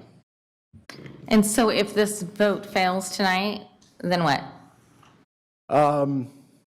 I think, it's probably not critical that it happened tonight. I think, over time, it's something that you as a board are going to need to continue to discuss. And certainly when you come to do the next year's budget, you'll need to adopt, certainly if you're above the 10% still, you're going to need to commit those funds to expenditures, whether it be, next year's budget or in future years. All right, and in terms of the 17.5, this is a question for Jesse, sorry. Is there any way of kind of shifting things around? As far as commitments? As far as the funding? Correct, you That can, would there is make- flexibility with the commitments as the board would decide on what commitments they would like to make. As far as the unrestricted versus restricted, those are two separate pots of money, and so those unrestricted dollars remain on the unrestricted side. So there's not flexibility in shifting that from one to another. It's utilizing the commitments to commit those funds. Okay, so with that, Superintendent, thinking that one through in the line of questioning that's happened, are there any recommendations that you have? What I would say, Member Pritchett, is as we recirculate the BC, I can tell you that just in terms of textbook adoption, there is probably some paths for us to speed up some of those adoptions. Adoptions are very expensive, and we've heard from a number of our staff, of course, that they've had to wait for some of those textbook adoptions for many years, given the expenditures. So I think what Mr. Schweitzer was indicating is that there is some flexibility for that, and we could have those discussions ongoing, and, you know, perhaps the BC could give us some of those ideas. And again, we will send that tomorrow for any further questions that board members might have. Thank you. Do you have any other? Okay, Member Phillips. Being as the board retains authority to change the purposes and/or amounts by the end of the fiscal year, and the fact that we have new board members and we have a board com coming out, this may not necessarily be something that we need to be voting on today. It's possible that we could look into maybe learning a little bit more about this, doing some of our, I don't know, educational sidebars or something to make sure that we're all clear before we vote on this again. Because I'm looking at the end of the fiscal year, not the end of this year. I should have been looking at you. I'm so sorry. Thank you, Member Phillips, or Vice President Phillips. Sorry, I was just going to comment that that is correct. As Mr. Schweitzer shared, there is opportunity throughout the year to address the 10% reserve cap. It is, per the FICMAC guidance, it is just best practice to update it as you periodically bring reporting periods up, and so that's why it's before you here today, but there's certainly ongoing conversations that can occur before it's brought back. Okay, so I'll join with Board Member Kayada in not necessarily agreeing to this currently. And I'd like for also to look into rescinding that board policy. I don't know if I need a second rescission, but. I think that's there's no motion. Oh, There's then we're a good. conversation we're gonna have, yeah. So I join with my colleague over here. Thank you, Vice President. We're going to go to Second Vice President Singh. Thank you. Simple questions. Fiscal year, when does it end? Sure. Fiscal year ends June 30th, 2024. And how many reporting periods? Excuse me, 2023, sorry. All right. And then how many reporting periods are left up to June of 2023? Sure. There's the first interim, which we'll be presenting next, and it'll be the second interim being brought to you in March. All right. So reasonably, we'll have further information in March to help inform a decision that's required to be made by June of 2023. Is that correct? Yes, that's correct. Okay. Thank you. Thank you, Second Vice President Singh. And can we go to Member Kayada? All right, thank you. I know I'm hogging this here, but this is, obviously, I'm very passionate about this. So to temper my previous comments, I'd just like to say that with the textbook adoption, you know, I don't have a problem with that. It is really with the moving the reserve to the reserve. So if this does fail tonight, what I would look for in terms of direction from staff would be to come back with ideally a plan that's consulted with community members and, you know, labor partners and whatnot, people who are on the ground, to find places we can dedicate this money now with, you know, we won't have a fully fleshed out plan, but some general categories where it could be. With that said, I understand that, I mean, we don't have to vote tonight, I believe, if I'm understanding correctly. We have till the end of the fiscal. That might not be enough time. If it is at all possible to get the temperature on SCOE on whether we would be able to go with the other option of getting a temporary waiver, I think that might be a deal. And I say that because, you know, understanding what Mr. Schweitzer said, that other districts are in the similar situation, I don't think we're like other districts. I think we have a lot more problems right now that we need to overcome that have been frequently discussed on this dais. I think we're in a unique situation where putting this money aside, even putting it into buckets where we want it, is not necessarily the flexibility we need. So I guess I'd say actually my preference would be if we could get a waiver, but I do see here that we don't think that's very likely. If not, put it in some buckets that are not just for the reserves. Thank you. Thank you very much. I have Second Vice President Singh again.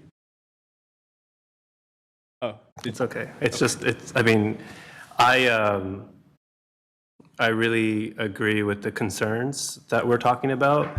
And just to comment on that, Member Kayada, I guess looking at the idea of getting a waiver, I think it seems better to maybe just have this conversation at a later date so that we can figure out some more information.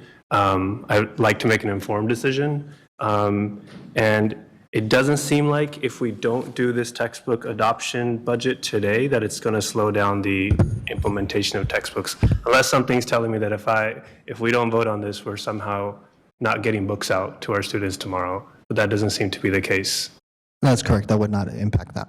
Yeah, so I'd really like to see us not tie that to this conversation about a 3% additional reserve conversation. So I just want to add my name to that thought process around rescinding this policy of 3,100 moving forward. Thank you. Thank you. I guess what I would like to say from hearing from all of my colleagues around the topic and the want and need to have a little more information, I would like to move to bring this policy back at a future date so that board members the new board members and other board members can get more information around this topic. And I would hope that my colleagues would support moving this to a different date, this resolution to a different date. So I guess, am I looking for a second, Ann, to that motion? It's a motion to postpone, yes. Looking Motion for a to second. postpone, and I'm looking for a second from, Vice President Phillips has second. Do we need to take a roll call vote, Superintendent? Oh, I have a friendly amendment to that. Okay. Instead of postponing it, I would say that it should come back reflecting the discussion we had tonight, maybe with multiple options for a different policy. Thank you. I accept your friendly amendment. And now, Vice President Pritchett, Vice President Phillips, do you still second the motion? Okay. Now can we take a roll call to the motion? Member Pritchett? No. Member Singh? Yes. Member Rhodes? Yes. Member Jean? Yes. Member Villa? No. Member Kayada? Yes. Member Phillips? Motion passes with the amendment. Thank you so much. We will go to item 9.2, first interim financial report. Thank you, sir.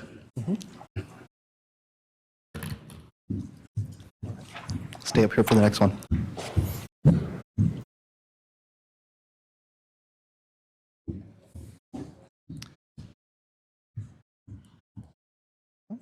Alrighty, this is the presentation on our 2022-23 first interim report.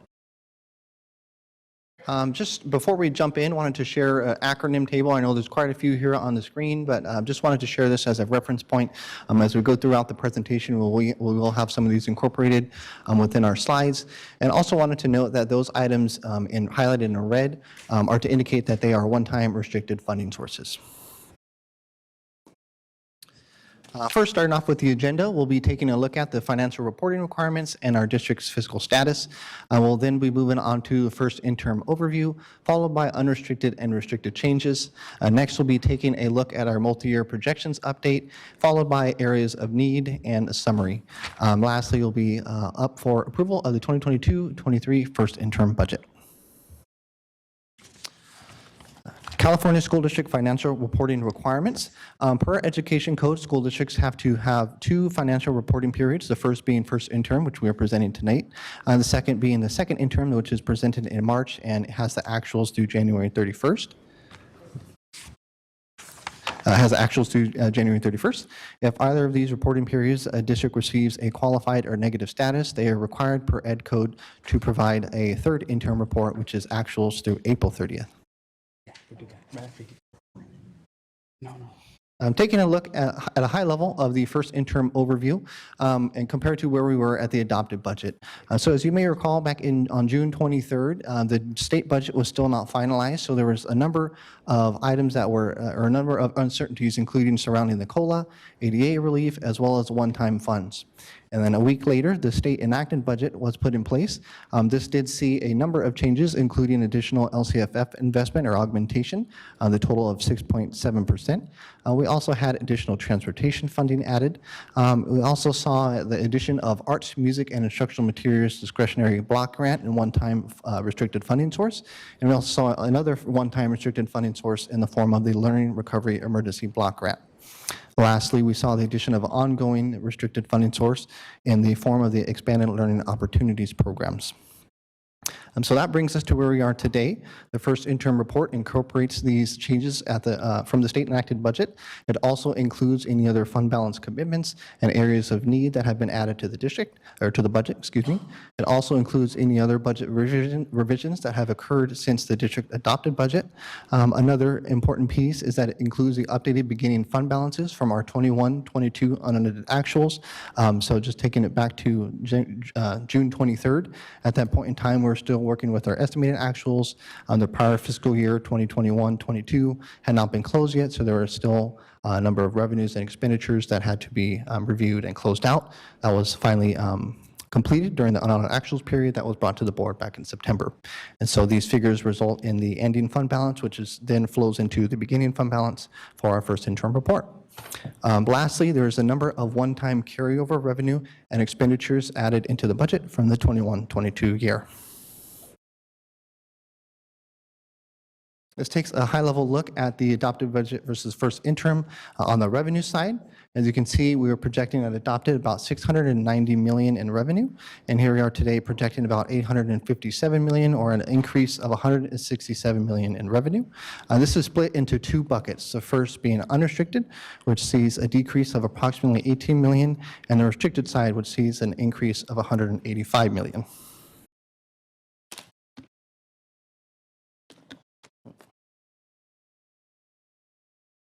So before diving into any more detail, I wanted to highlight the key differences between restricted and unrestricted funds. So starting on the restricted side, these dollars have a limited use. So they're vary by grant program, but they do have specific allowability requirements in order to expend those funds. So for example, the recently added Expanding Learning Opportunities program, those dollars must be used to provide before or after school programming, summer school programming, or other intersessionary programming that's outside the regular school day. Similarly, another large addition is a Learning Recovery Emergency Block Grant. Can also be used to fund intersessionary programming. Can also used for provisions of mental health services, counseling, other things of that nature. But each of these individual grant funding sources do have specific allowability and specific requirements, and so it's important to be cognizant of those as we progress throughout the budget and share the next figures.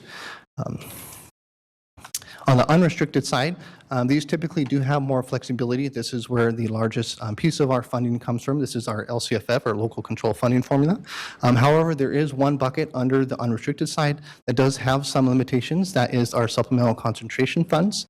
These funds are generated by our unduplicated pupil count, which is our English language learners, our foster and homeless youth, and those that are eligible for free and reduced price meals. And so these supplemental concentration dollars must be used to provide increased or improved services for those target students. So what makes up the difference on the unrestricted funds? In total, as I mentioned, an $18 million decrease. Starting off, we saw a change in state revenue, a decrease of about $45.6 million. This was due to the removal of one-time unrestricted dollars that were originally in the proposed budget and have been shifted to the restricted side. This also is offset by about $3.5 million added for transportation funding.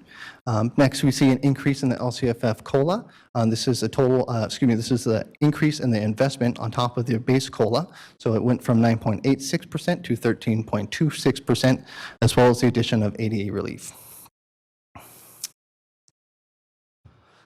Moving on to the restricted side, before I dive into that one too, also wanted to emphasize, you'll be seeing throughout the presentation the term one-time carryover. And so as I mentioned earlier, at the adopted budget, we didn't have final numbers for the 21-22 year. And then with the unaudited actuals report presented in September, we were able to have the ending balances for a number of these restricted grant resources. And so using those ending fund balance, or excuse me, those remaining balances, those are carried over as a one-time funding source into the current year and budgeted both on the revenue and the expenditure side. So you'll see that theme throughout. And so we also highlighted those in red to indicate that they are one-time sources. Starting off with a $185 million increase. This is composed of $75 million in federal revenues, which includes, as I mentioned, budgeting one-time carryover in those particular grant sources. Looking at the state revenue side, you'll see approximately $110 million increase. This includes the addition of $55.7 million in the Learning Recovery Learning Recovery Emergency Block Grant, as well as $21.8 million in the Arts Music Block Grant. Combined, that's about $77.5 million of one-time restricted funds. Lastly, additionally includes one-time carryover funds for those resources. So this slide is just a summary of those previous, the previous information on those slides. It shows a side-by-side of where we were at the adopted budget compared to where we are today with our unrestricted and restricted revenues. Of note, the transportation add-on does require a board-approved spending plan adopted by April 1st, 2023, and the arts, music, and instructional materials discretionary block grant also requires a board-approved plan. Excuse me. The Learning Recovery Emergency Block Grant does not require a spending plan, however, it is recommended.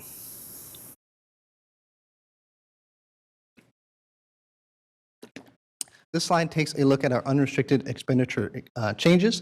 We do have more detail and line-by-line explanations of each of these in our executive summary, but for the presentation purposes, we just kind of want to highlight a few of the key changes.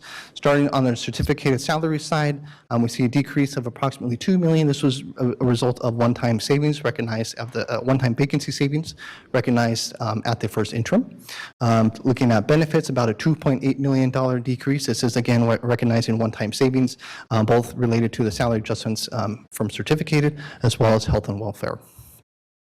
Moving on to books and supplies, an increase of just under $6.9 million. This is due to the carryover of a one-time purchase order for textbooks of about $4.2 million, as well as additional site discretionary funds allocated. Moving on to services, this was due to additional areas of need included and budgeted within the first interim. Total change of $4.9 million since the adopted budget. Moving on to the restricted expenditure side, the change in certificated salaries due to some budgeting some of those one-time carryover dollars, and we'll see that as a theme throughout each of these categories actually. So looking at both classified and as well as benefits, a majority of those funds are due to the budgeting of one-time carryover dollars.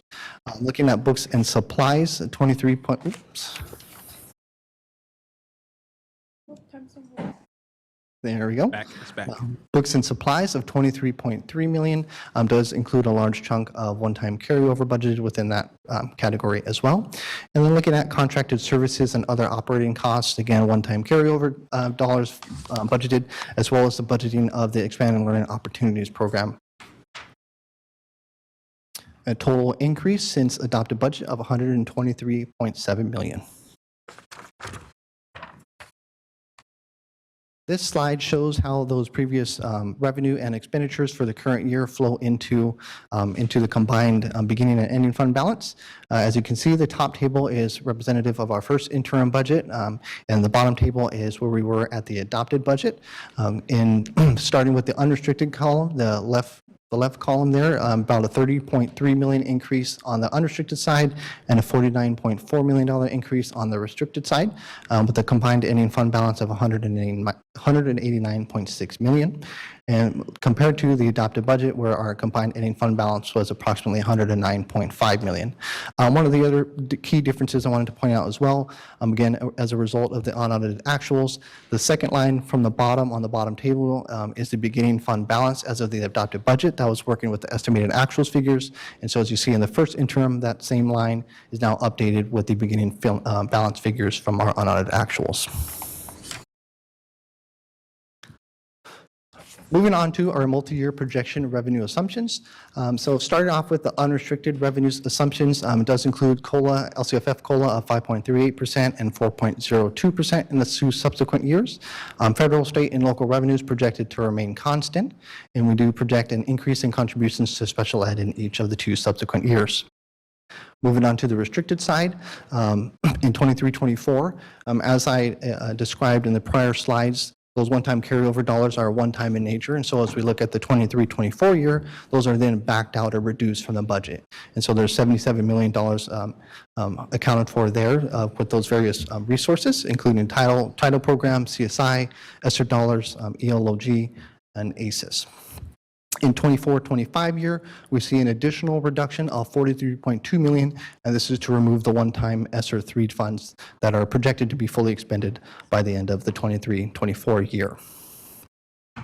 Moving on to state revenue, this again saw a reduction of approximately $85 million, and this was to remove those one-time carryover funds that are added into the 22-23 budget, including for those particular grant sources. This also includes the removal of the one-time learning recovery block grant and the one-time arts music grant. Local revenue is projected to decline about $227,000 due to the removal of one-time funds as well. Taking a look at the expenditure assumptions, looking at the two subsequent years, starting with certificated salaries, do have step and column adjustments. Also includes the add back of one-time vacancy savings recognized during the first interim report. And it also includes a 6 FTE reduction for projected enrollment declines and the removal of 3 PD days currently built into the budget for 22-23. Moving on to classified salaries, this also includes step and column adjustments and adding back one-time vacancy savings as well as removal of one-time settlement agreement costs. Moving on to benefits, these are include adjustments for the salary adjustments described above, as well as increases in dental for all units and adding back one-time savings, and additionally an 8% increase, projected 8% increase in health benefits. Moving on to books and supplies, we see a net decrease in 23-24 due to the add back of one-time fiscal recovery plan textbook reduction, offset by that one-time textbook carryover purchase order described earlier. We also see the removal of carryover supplemental concentration funds. Moving to 24-25, we see a slight increase due to budgeting additional supplemental concentration funds received.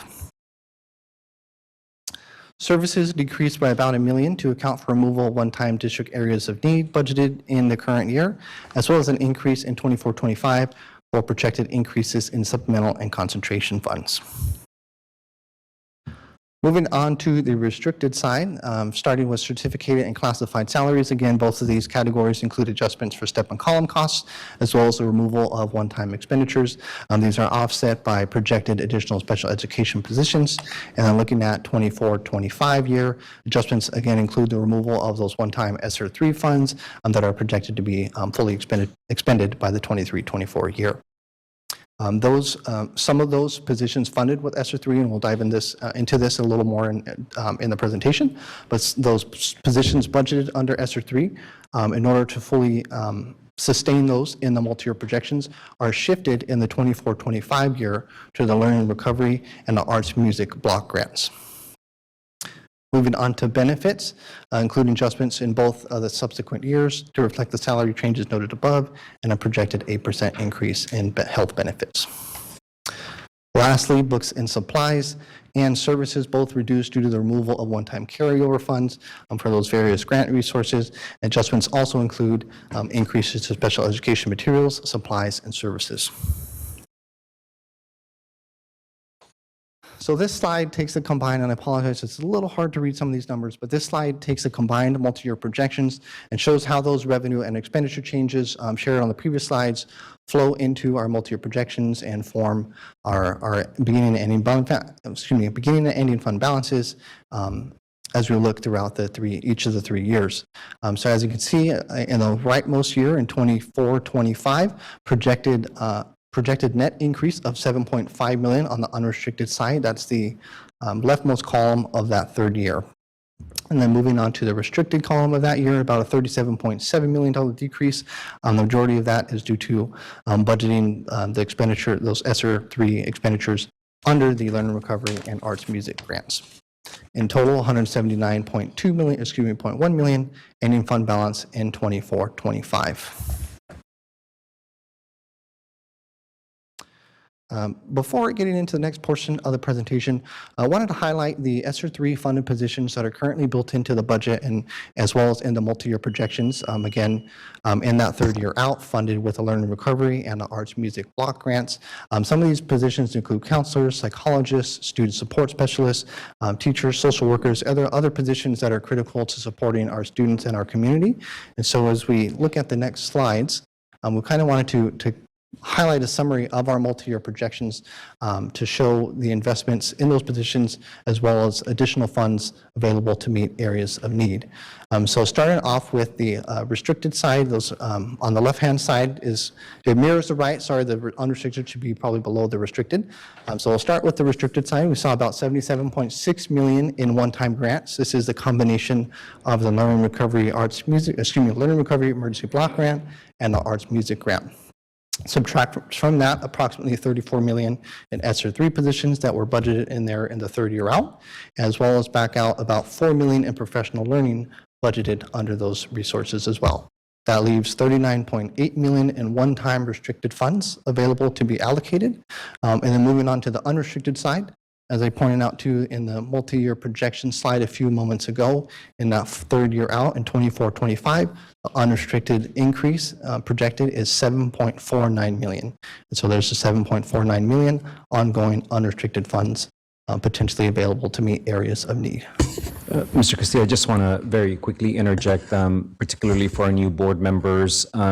In terms of those ESSER 3 positions, the previous slide just sort of showed several positions, not the totality of the positions. And what we will do is we will make sure that we provide a board communication that gives you the detailed information about how the $33.9 million of one-time funds have been used to properly staff, if you will, to meet the needs of our students. So I just want to make sure that our new board members and our sitting board members as well are just reminded that this is not the totality of the positions, and I want to make sure that that we send you a more detailed report of how many counselors, how many nurses, how many school psychologists, social workers, et cetera, that total funding has afforded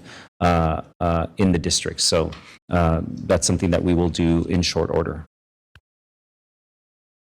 Great, thank you, Superintendent. And then moving on to the next slide. So as we shared, the $39.8 million in one-time restricted funds available to meet areas of need and $7.49 unrestricted available to meet areas of need. So that flows into our next slide. This is some sample areas of need identified and currently in discussion. As I shared earlier in the presentation, there are some areas that are currently budgeted within the first interim report, but there are others that are not, but know that identified as areas of need. These include student supports, safe learning environments, staff recruitment and retention, as well as attendance support. And taking a little more detailed look, includes professional development for staff, including science of reading, as well as anti-racist and anti-bias training. It also includes enhancing dual language immersion programs, looking at hiring and retaining more instructional aides, replacing aging and worn classroom furniture, increasing site discretionary funds, as well as increasing more cameras and secure access points. Also, another area of need identified includes increasing safety staffing, expanding year-round athletic opportunities, and college application stipends. Again, sorry to interject, Mr. Castillo, but again, just for the board, this is not budget development, and I just want to make sure that you don't feel like you're approving anything. These are just some examples, particularly because some of these funding sources in being restricted do call for us to have to provide a plan, and we will be coming back to the board with more details around these kinds of expenditures that we'd like to make. Some of them are very aligned to things that you've heard. We heard some public comments today, for example, about dual immersion expansion. This is an area that our team has been concerned about and interested in for a long time.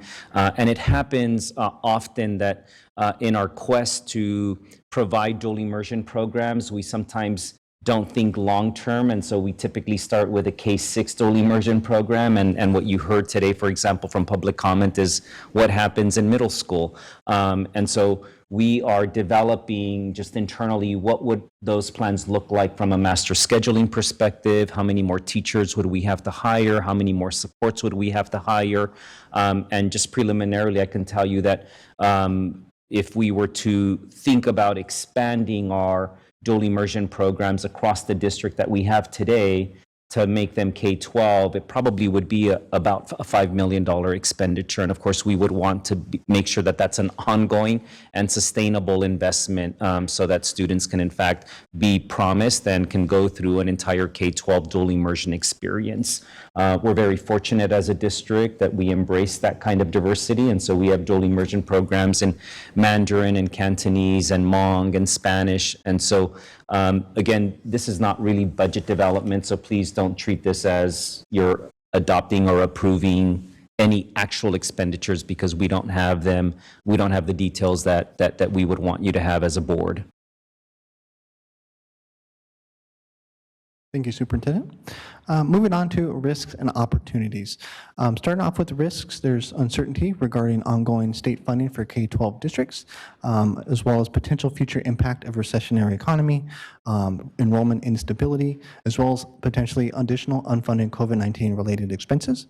Moving on to the opportunity side, potential for improved state budget and funding for K-12 districts, potential for stable and increased enrollment, as well as the potential to make up instructional days lost during the 21-22 school year through the state waiver process. And with that, I'd also like to pass it over to my colleague Nick from SCOE for the county office perspective as well.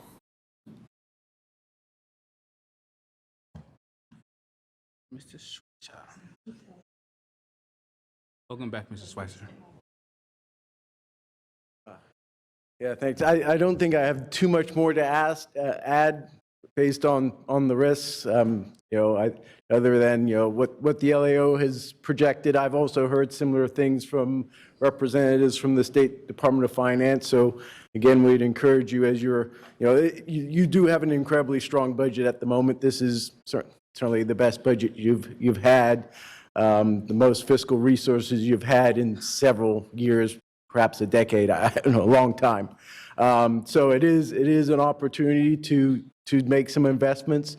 We do strongly encourage you to make investments that are sustainable, and part of that is maintaining good reserves and maintaining or not beginning to deficit spend, as has been an issue in the past. So thank you.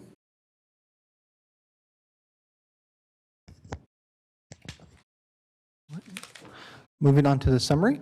2022-23 first interim report with a positive certification. And then looking at the district 2022, just a recap of the 2022-23 adopted budget, which was conditionally approved by SCOE. The 21-22 adopted budget was also conditionally approved and has been, the district budget has been disapproved for 3 years, 18-19, 19-20, and 2021. And so SCOE fiscal advisor remains assigned with state and rescind authority. And with that, approve 2022-23 first interim budget. Thank you. Okay, thank you very much. Before we ask for public comment, I will need to make a motion to extend our meeting. And so my motion is to extend the meeting to 12:30.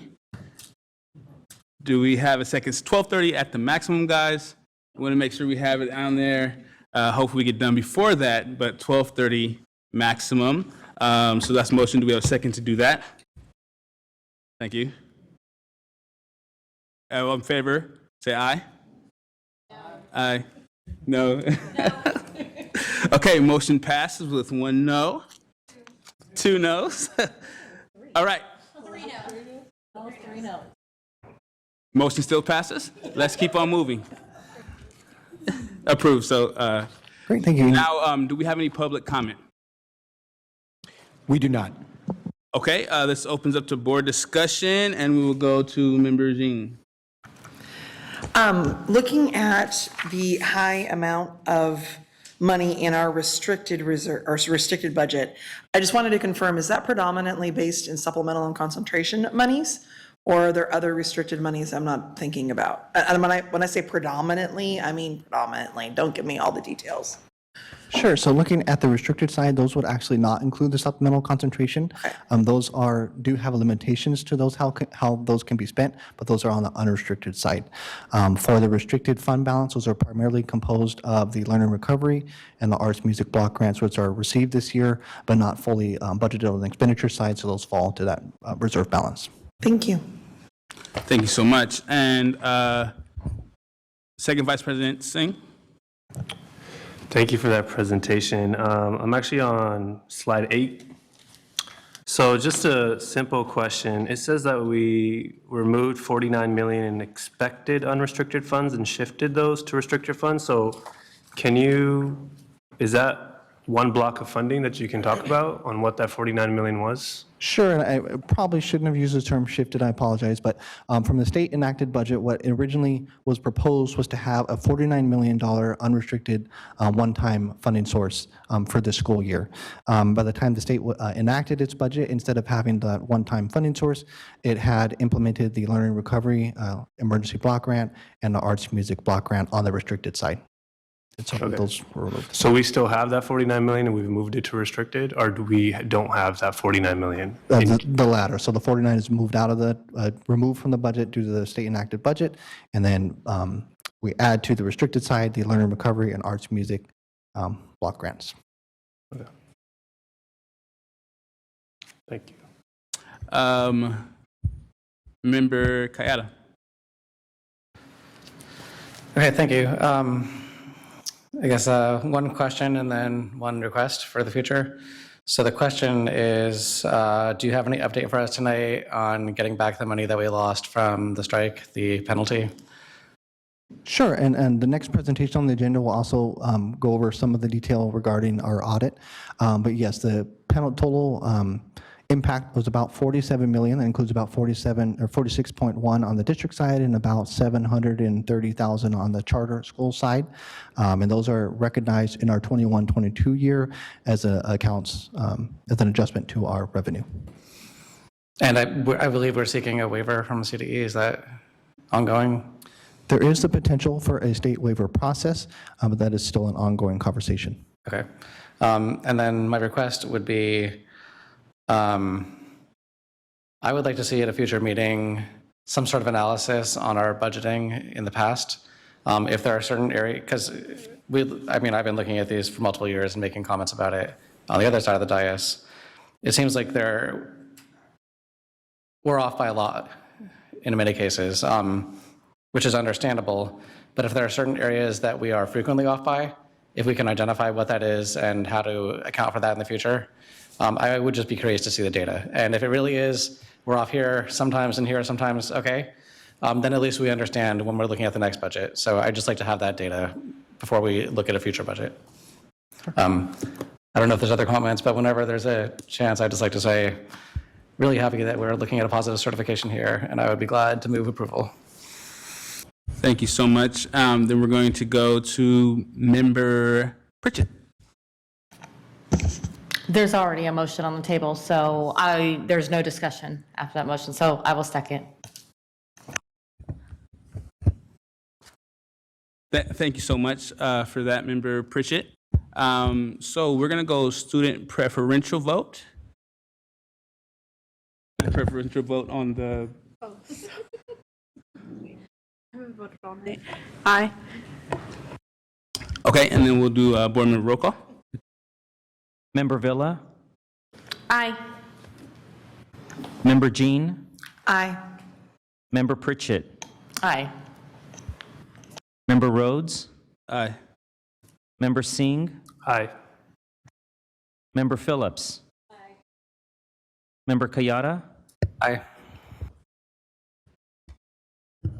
Okay, motion passes. And I would just like to say before you leave, it is very good to see a positive certification. I also would like to hear, maybe in a later conversation around SCOE's role moving forward and how or what that plays into all of this positive certification. Thank you guys very much. Thank you. Okay. Next item on the board here is independent audit report 9.3. Are you here? Great. This one I do get to introduce Mr. Jeff Jensen from our Crow Audit Team. Thank you.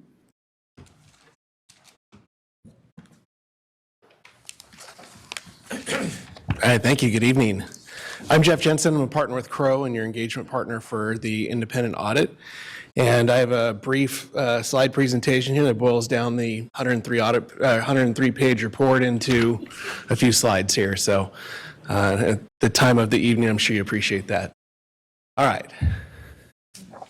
Just a quick background on us. We've been doing school district audits for a long time. We're a large national firm and work with some of the largest school districts here in California and throughout the United States. And most importantly, we're independent of your district, which is what you hire us to be as your independent auditor. The audit is just about a year-round process as far as how it starts way back in the May timeframe and looking at the tone at the top is where we really start, and we look at internal controls. And from there, we develop our audit procedures that we go into both from a compliance perspective and from a financial perspective. We assess levels of risk related to your audit, and that dovetails into the number of procedures we have to do in order to be able to render an opinion on your financial statements. So, as I mentioned, the first phase started back in May looking at compliance and internal controls. The second time we visit is in the October timeframe when we're actually auditing the numbers of the district and then wrapping it up with the actual audit report and filing it. Today was the deadline for filing audit reports with the state, and so yours was filed on time, which is also another good thing to point out to you as board members. Some of the other things we're required to communicate with you as your auditors is one, we did not have any difficulties encountered in working with management and completing the audit. We didn't have any disagreements or we're not aware of any other consultations with other accountants. So essentially that would be if we were discussing a technical matter with management and they disagreed with what we thought as far as the opinion would be, and they went and pitted us against another accounting firm to try to change our opinion or something like that, and we didn't have anything like that to bring to your attention. And also, we had no significant or adverse events that required anyone or bring any sort of attention to the board at an earlier time prior to our presentation here tonight. We did have a few findings in the report for this year. One is an internal control comment related to the segregation of duties related to journal entry processing. This is a deficiency, and so in the world of audit findings, there are deficiencies, significant deficiencies, and material weaknesses. Obviously, you can probably tell from maybe the language there that material weakness is the most severe, and deficiencies are smaller comments that we try to provide recommendations for improvement, and so this is one of those items. So this is considered just a deficiency, and so part of it is just the separation of duties related to some of the financial processing that you do in your financial system. We also had a couple of state compliance findings, and there's a number of areas that we're required to look at from a state compliance perspective. And so we did have one finding this year related to immunizations, and so there's particular requirements there as far as when students are required to be immunized and prove to the district that they have received those vaccinations. And so we had one instance where that didn't occur. And so there is a small financial impact to that. And essentially that's the loss of ADA for that student during that period where they should not have been admitted because they were not properly vaccinated in compliance with the state requirements. The second comment there relates to charter school attendance reporting, and really this was kind of a clerical mistake here as far as reporting one of the charter schools as classroom-based rather than non-classroom-based. There's no fiscal impact to the finding, and the district will revise the reports to correct that situation. And then the other comments really are all come together as part of what happened related to the strike and the non-compliance with instructional days and instructional minute requirements. And as Mr. Castillo just mentioned there, obviously, there's the fiscal impact both to the district and to the charter operations there related to not offering a sufficient number of instructional days and minutes. The district has accrued for this liability as of June 30th, 22, and is obviously working through the process as was just discussed as far as seeking a waiver. There are several different opinions that are in this audit report. The first relates to your financial statements, and the district received an unmodified opinion. That's the type of opinion you want on your audit report. It means your financial statements comply with all applicable accounting pronouncements and are free of material misstatement. Next is federal compliance. You also received an unmodified opinion regarding federal compliance, and so that means that the district had no federal compliance findings related to the work that we did for this year. And then the last opinion is state compliance, and the district received a qualified opinion here, and that's because of the compliance findings that we just discussed. So just to wrap up my comments, the district's financial statements are presented fairly in all material respects. There were no federal compliance findings. Management and staff at the district and throughout the district were prepared for our audits, to which allowed us to be able to complete it on time and to be able to be here tonight to present it to you. So just to elaborate on that second to last comment, there's a lot of things that go into the audit, and we talked to a lot of folks throughout the district, both at the site level and here at the district office, and we appreciate the willingness of everybody to work with us to be able to gather the work that we need to be able to do to be able to finish this audit report and be able to bring it to you. So with that, I'd be happy to answer any questions. Thank you very much, sir. Do we have any public comment on the item? We do not. Okay, now open it up to my colleagues. Do we have any board member comments on the item? Seeing none, this will go into student, student preferential vote. We need a motion. Motion to approve. I'm sorry about that. Motion to approve. Do we have a second? Second. Student preferential vote. Thank you very much. Aye. Superintendent. Member Villa, Aye. Member Jean, Aye. Member Pritchett, Aye. Member Rhodes, Aye. Member Singh, Aye. Member Phillips, Aye. Member Kayada. Aye. Motion passes. Thank you very much, sir. Thank you for your service. Thank you for the opportunity to work with the district. Okay, next we're going to go to item 9.4. The man himself.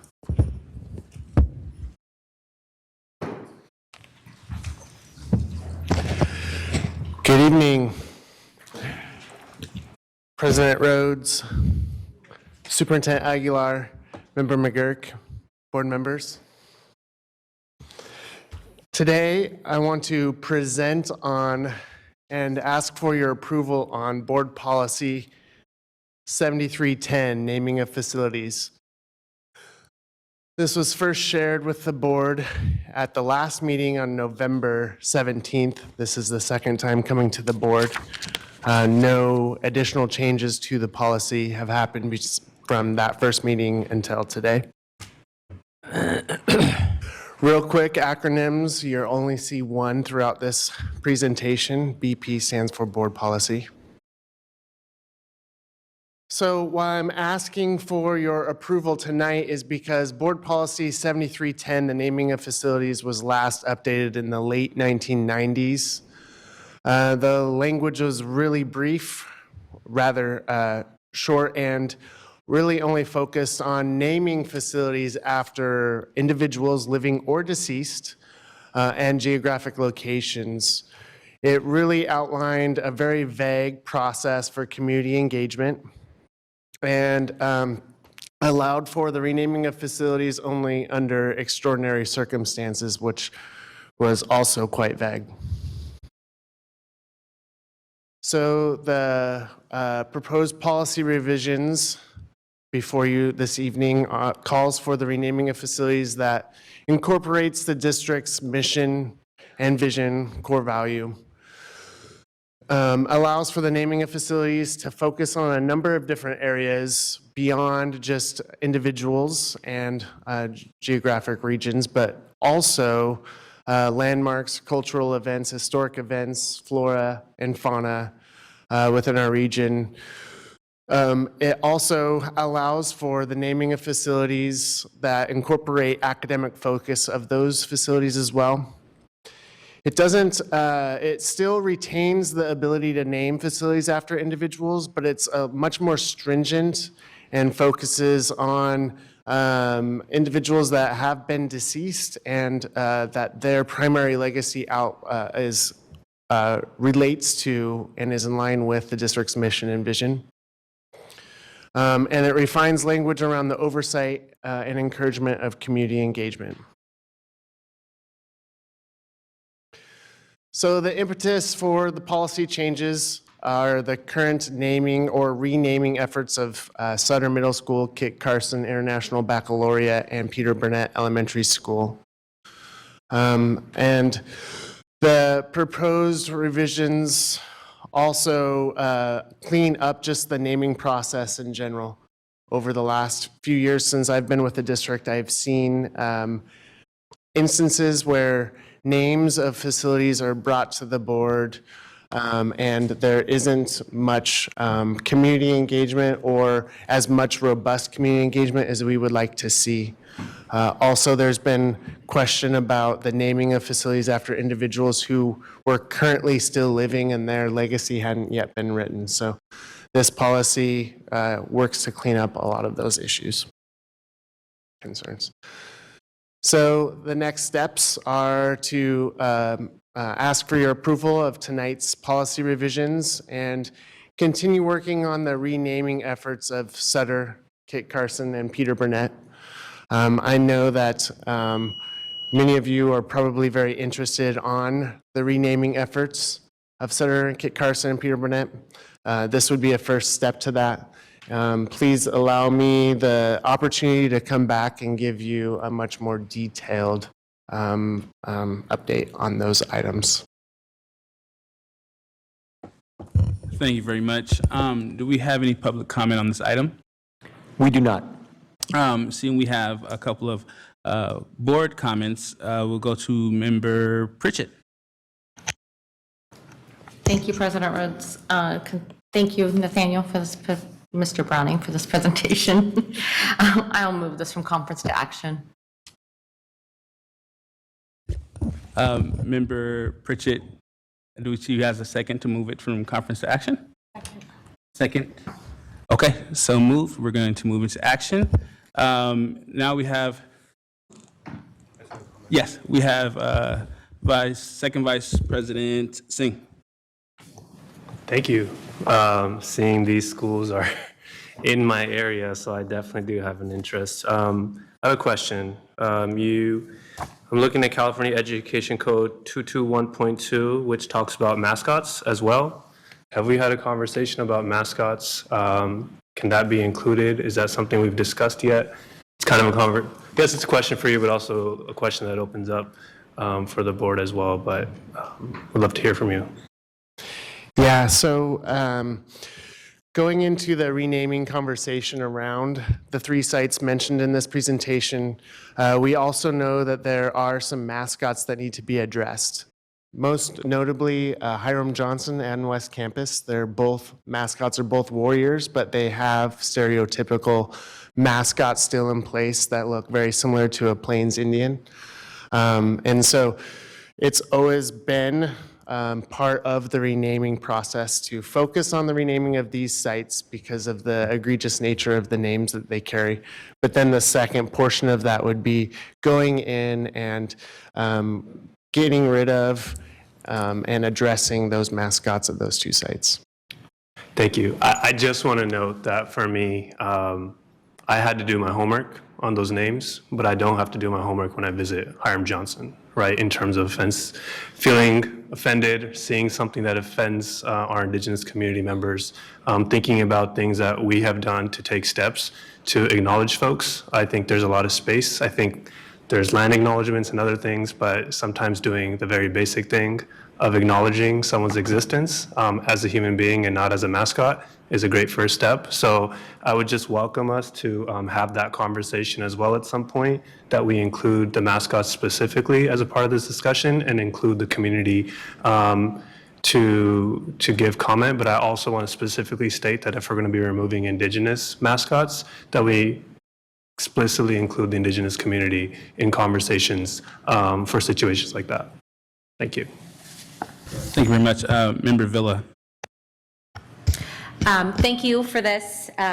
I just quickly want to note, obviously I'm very excited about this process. This is a long time coming. I know there was a lot of hiccups along the road to get here, so finally we're getting to that space. Just quickly wanted to note that the group that you have in this committee are phenomenal individuals, and you have folks from different backgrounds, Indigenous groups that are ready to work together, create space, talk in first draft, and really get that work done. So I know folks have reached out and they're very excited about this process. So continue the good work. We're here to support you. Thank you very much. And just to be clear, I know that we're going to do a student preferential vote on this and then take it to the members. But do we have a motion to move it? Move it. I'll move. And seconded Board by- policy 7310. And seconded by Member Villa. Okay, so with that being said, student preferential vote. Aye. Roll call. Member Villa? Aye. Member Jean? Aye. Member Pritchett? Aye. Member Rhodes? Aye. Member Singh? Aye. Member Phillips? Member Kayada? Aye. Okay, motion moves. Thank you so much, sir. Next, we'll go to item 9.5.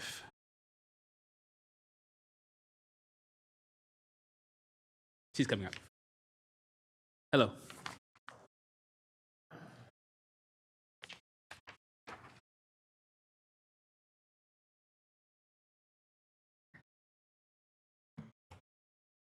Floor is yours. Good evening, Board Member Rhodes, Superintendent Aguilar, and board members. Dr. McCarn and I are here this evening to present to you and ask for your approval of credential waiver applications. Ed Code provides an opportunity for districts to waive a portion of credential requirements in order to allow educators time to complete their credential requirements. In order to submit credential waivers applications for certificated employees in need, CTC, the Commission on Teacher Credentialing, requires a public notice process and board approval prior to submission of any waiver applications. That is why we're here this evening. Here are the data trends of credential waiver requests for our district over the last few years. As you can see, we're continuously working with our employees to meet their credential requirements. The application listed here is currently, the applicant, listed here is currently working on meeting their CTC requirements in order to obtain their English learner authorization to provide instruction to English learners. The waiver requested this evening will allow this teacher the additional time needed in order to complete their English language authorization while they continue to work with our students. That's it. Thank you very much. Do we have any public comment on this item? We do not. Board discussion? Member Pritchett. Thank you. Thank you for coming tonight. I will move this from conference to action. Do we have a second to move from consent? Was that from Member Villa? Yes. All right. All in favor? Aye? Aye. Okay. Student preferential vote? Aye. Thank you very much. Now we're in action. Any board comment? Any motion to move forward? I will move item 9.5. And second. Can we get a roll call? Member Villa? Aye. Member Jean? Aye. Member Pritchett? Aye. Member Rhodes? Aye. Member Singh? Aye. Member Phillips? Member Kayada? Aye. Thank you. Motion passes. Next up, we're going to go to 9.6, Sacramento Teachers Association. Hello, David and Nikki.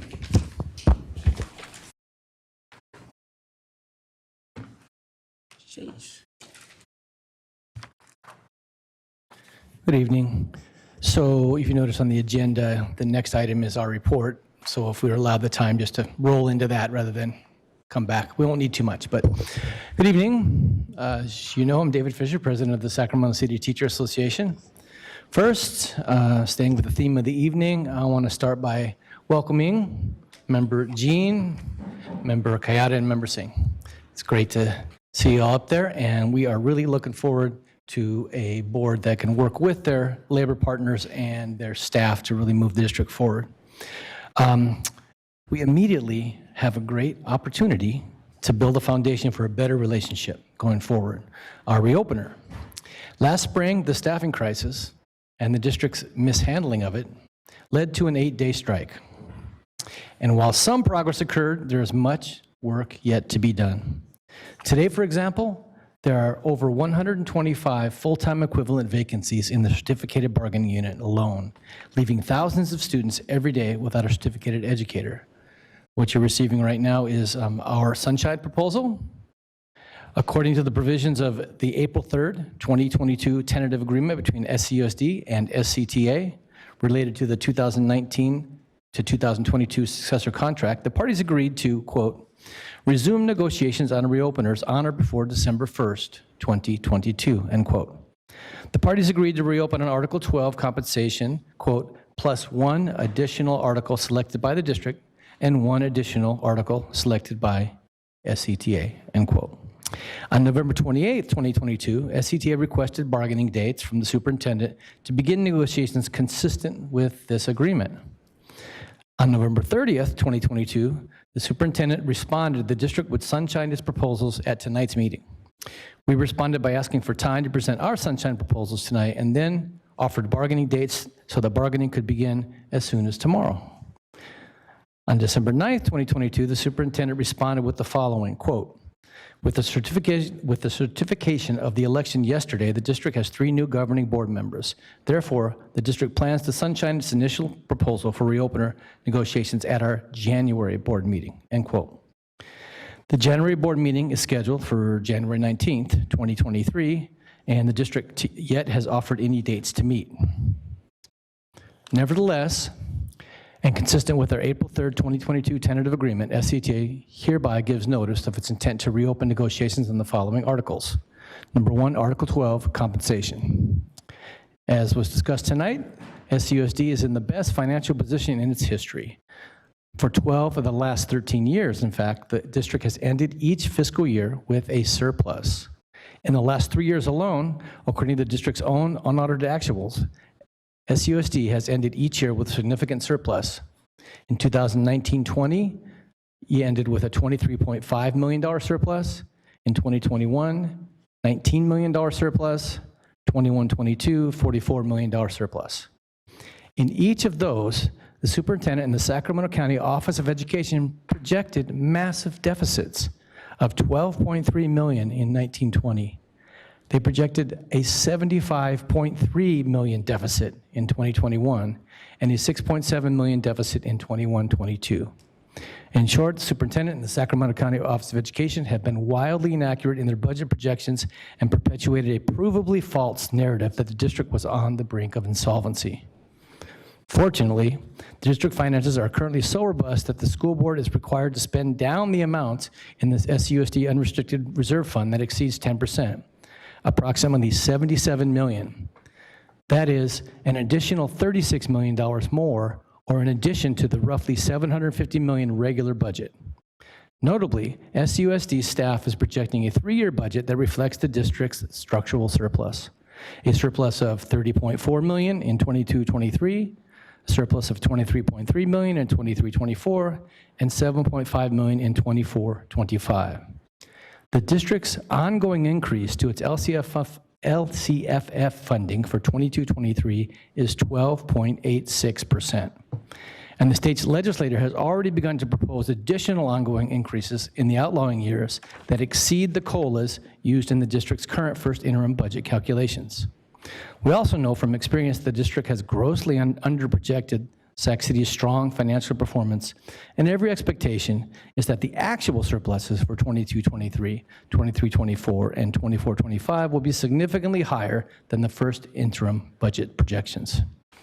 Despite the strong financial position, the district is still plagued by an ongoing staffing shortage.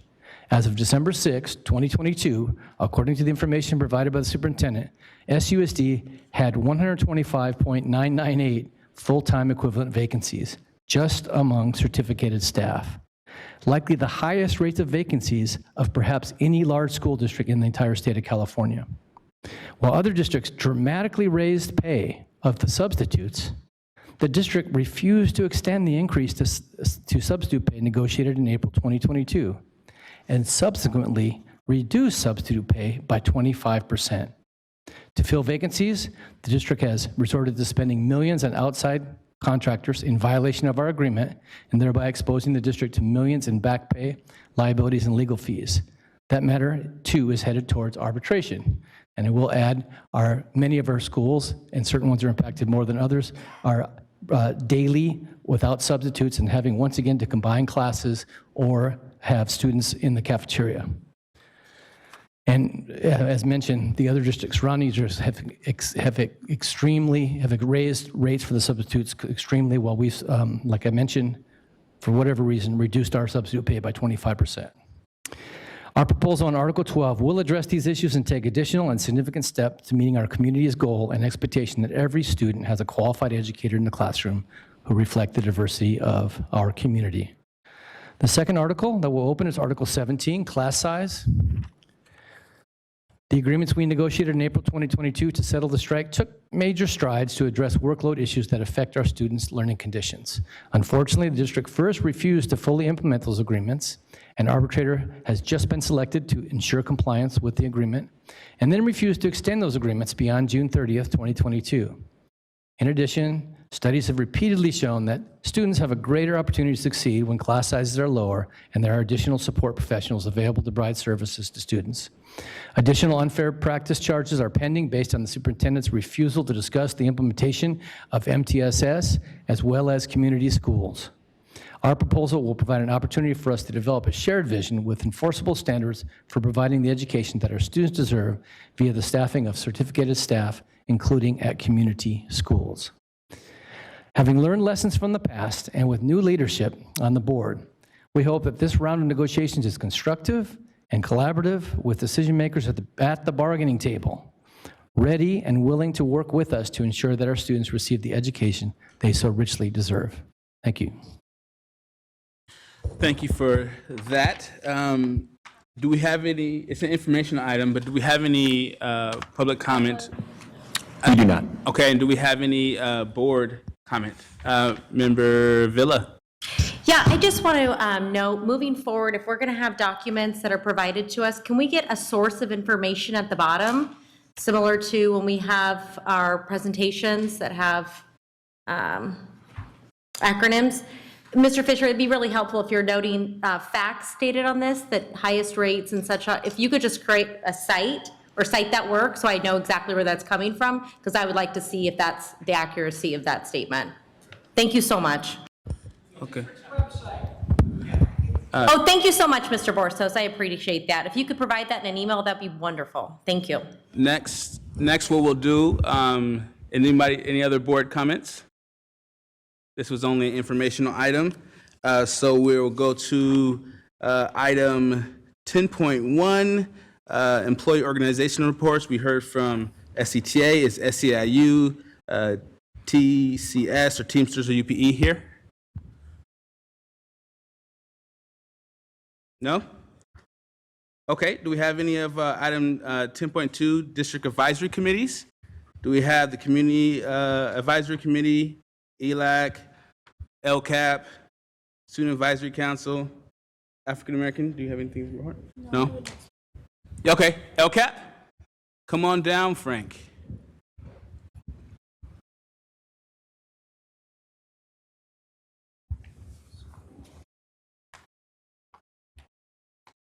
Could we put 3 minutes on the board for Frank here?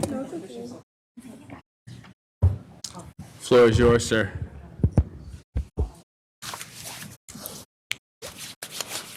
First of all, my name is Frank DeYoung, and I'm a LCAP member representing Area 5, Mr. President. And congratulations, Mr. President. Congratulations, all new board members. I'm looking forward, and so is the LCAP committee, with working with you. And we've had 2 meetings since the last time we did a report, and the meetings have been productive. The last meeting was on MTSS, and we went over that, and we also began to work on what we think the priorities should be for the LCAP this year. And I will share with you what the #1 priority was: the learning gap. To us, that is more important than anything else that we're looking at right now. We got one shot to take care of these kids, and if we don't get it right, we're going to lose a whole generation of children here. And so that was found to be very important to us.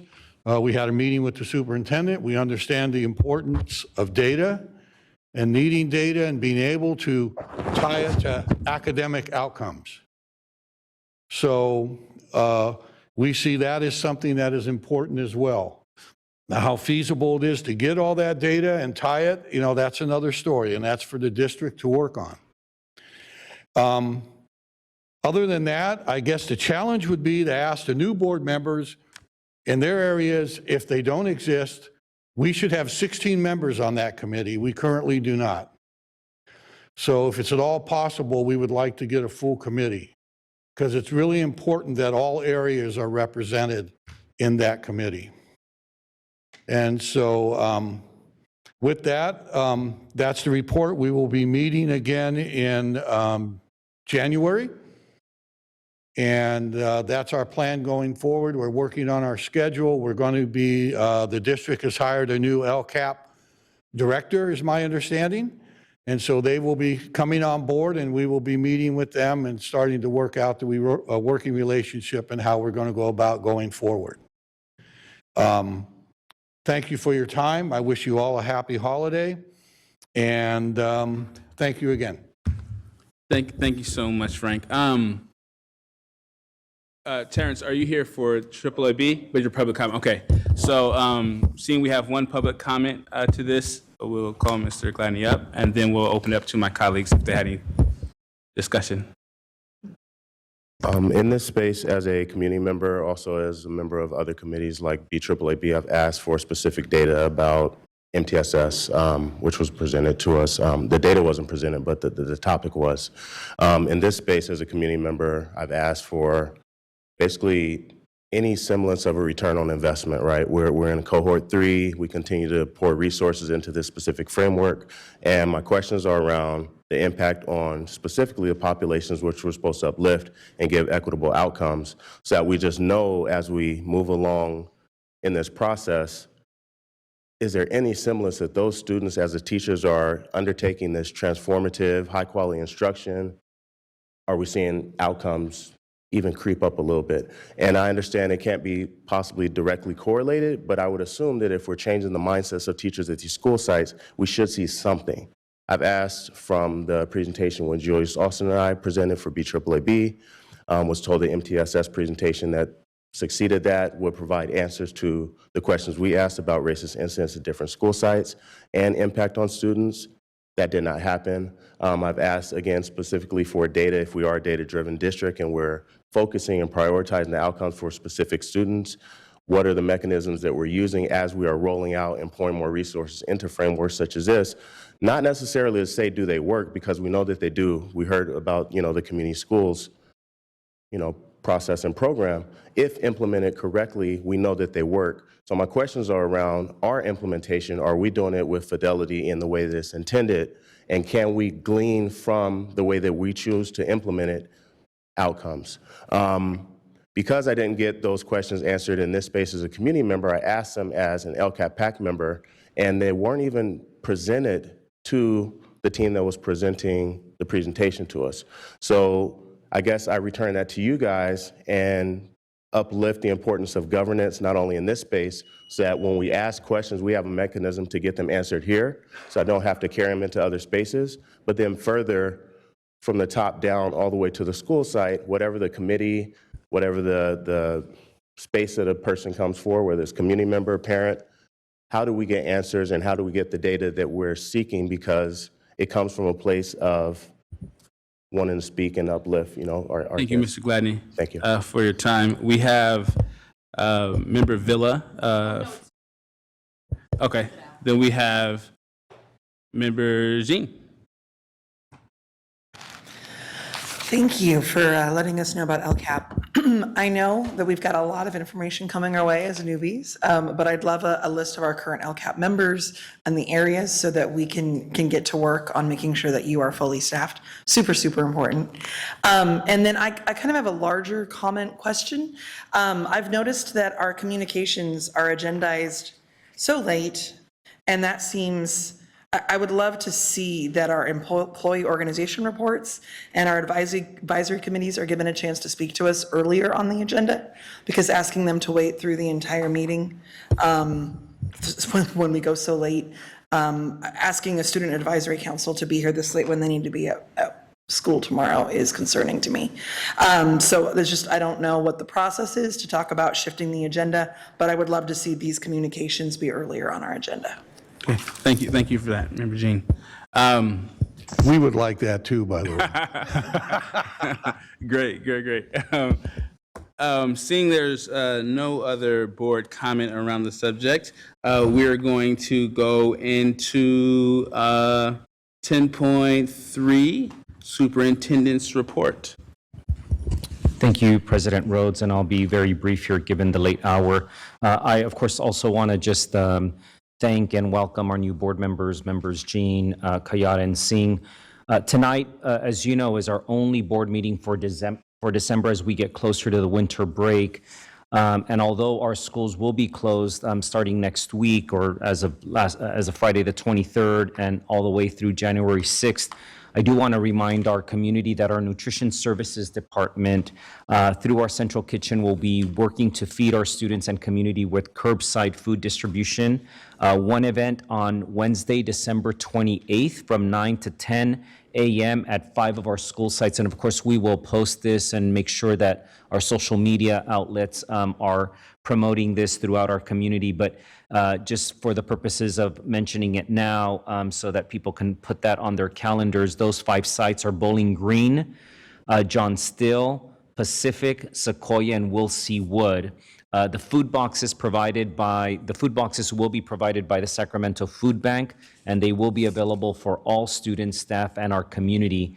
A second food distribution event will be held on Wednesday, January 4th.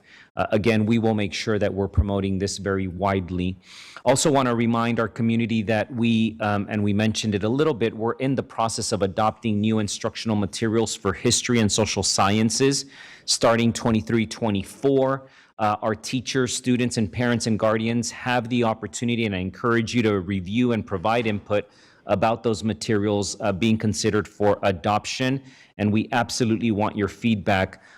Those materials are available on the second floor here at the Cerna Center in the foyer. It's a very nice display on the second floor, and you can review the different materials that we are considering along with many other educators throughout the district.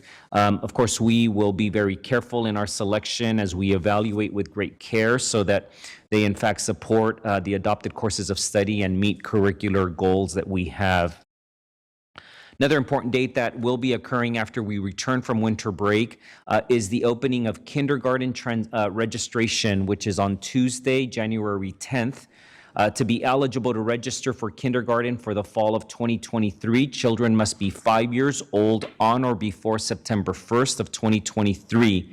This year, parents will have the benefit of using Sac City School Finder, which we're excited about, and we just launched recently to determine their child's school of residence based on school boundaries and learn about all of our school options. Also, many of our elementary and K-8 schools are also hosting school tours and information sessions for prospective families. And board members, we will make sure that we're providing some of that information as well, should you want to participate and encourage other families to be part of those tours. Turning to a topic that is of concern for all ages and our community and country, of course, I'd like to take a moment to thank and commend the board for approving the recent update to our board policy on administering medication so that we can stock our campuses with Narcan to prevent overdoses. We're very proud that the board took action, leaned in, and were among the very first districts throughout the region to do that. Our Student Support and Health Services team, led by Victoria Flores, has done a remarkable job communicating the risks of fentanyl and also the resources available to parents. This month, our staff and students at CK McClatchy were featured nationally on PBS NewsHour for a report about how our schools are responding to the fentanyl crisis. On Tuesday, November 29th, we partnered with Arrive Alive California, the County of Sacramento, and the Sacramento County District Attorney's Office to host an informational webinar on fentanyl awareness to help families learn the signs of fentanyl use and learn about emergency Narcan administration. And finally, before we head into the winter break, I'd like to remind our school community, our entire community really, because we've been of service to the entire community, that we will be sending home over-the-counter COVID test kits starting next week. These test kits are IntelliSwab brand and are a little different than what we've sent home previously. We will be including easy-to-read instructions for our families to make sure that tests are done properly. And we absolutely strongly urge our families to report their students' result through primary health, whether it's positive or negative, prior to our students' return. If you remember last year, in the midst of Omicron and right before, we were able to identify over 500 cases through the same strategy. And again, we were proud that we were among the only districts that had invested that heavily in this strategy well before the state provided the level of test kits for our use.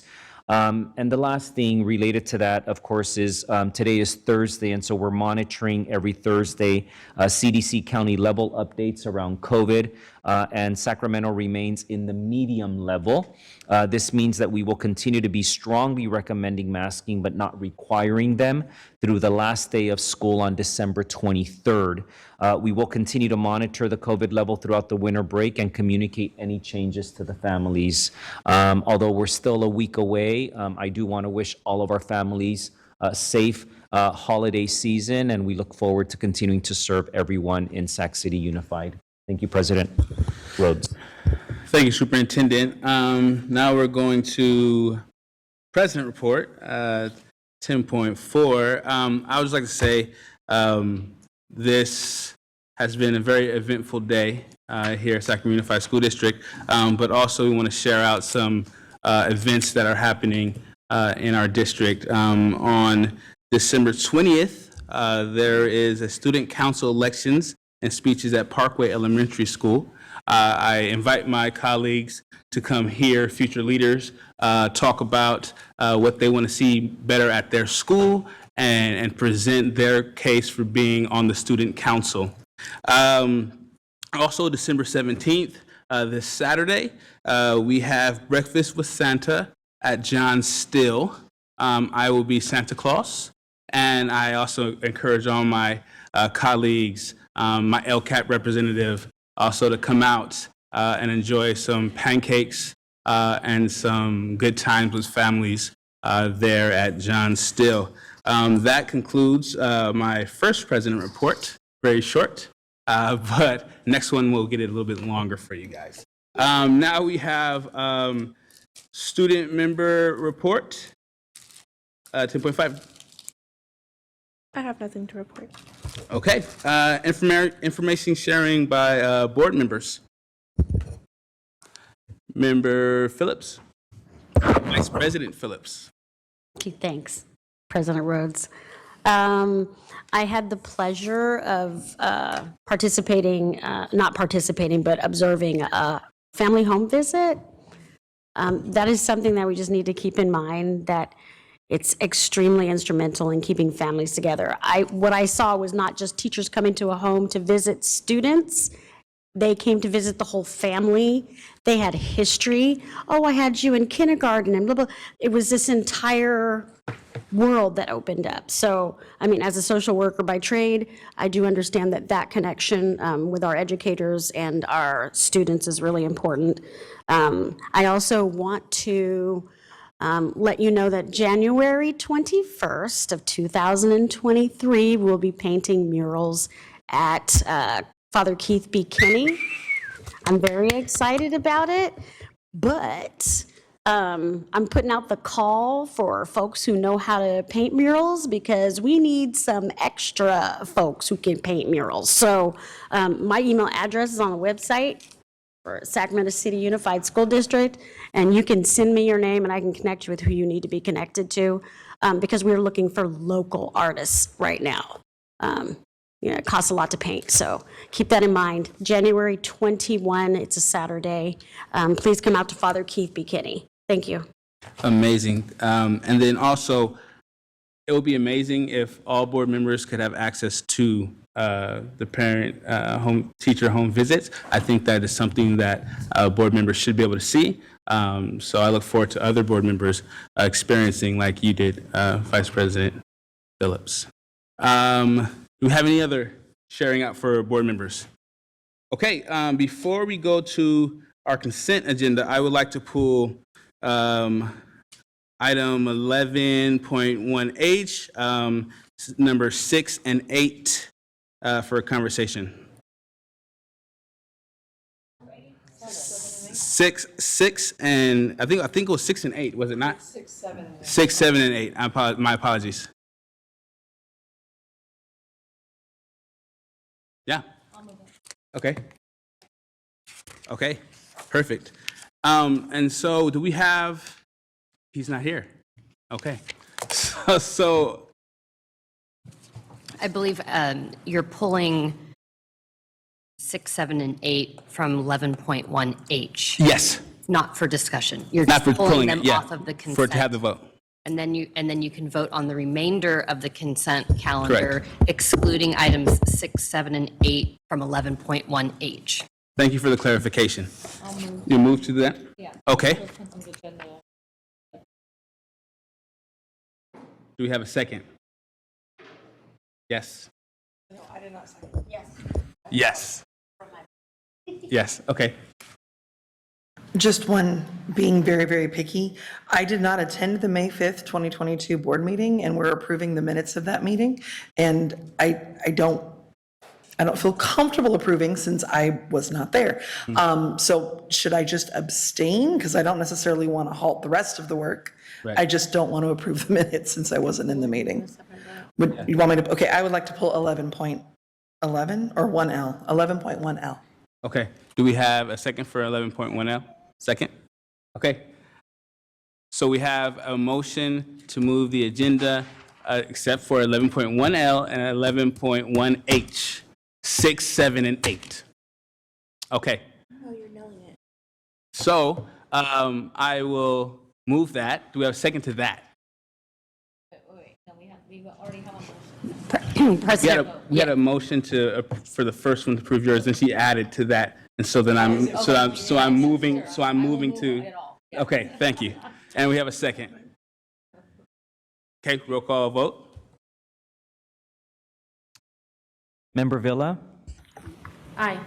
Member Jean? Aye. Member Pritchett? Member Rhodes? Aye. Member Singh? Aye. Member Phillips? Member Kayada? Aye.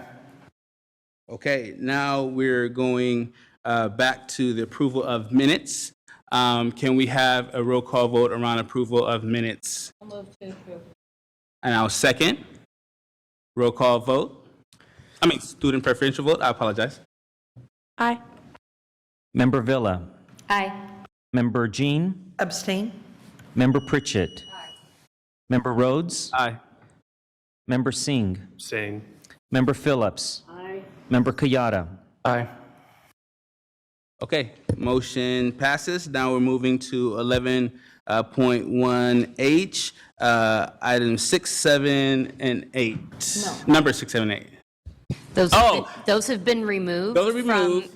We're that's going on correct. 11. I got it. Thank you so much. The remainder of The 11.1H was approved. Remainder besides the ones that were pulled.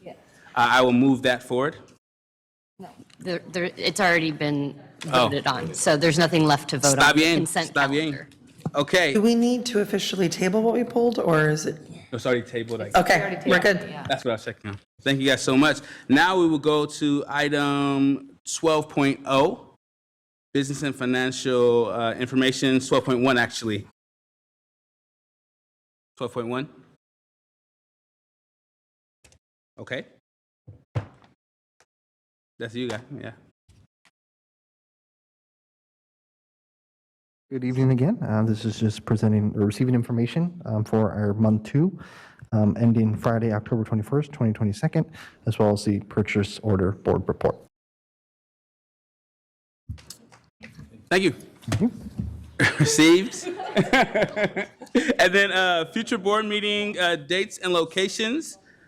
We have January 19th, closed session starting at 4:30, and then we have February 2nd, closed session starting at 4:30. Again, I will move to adjourn.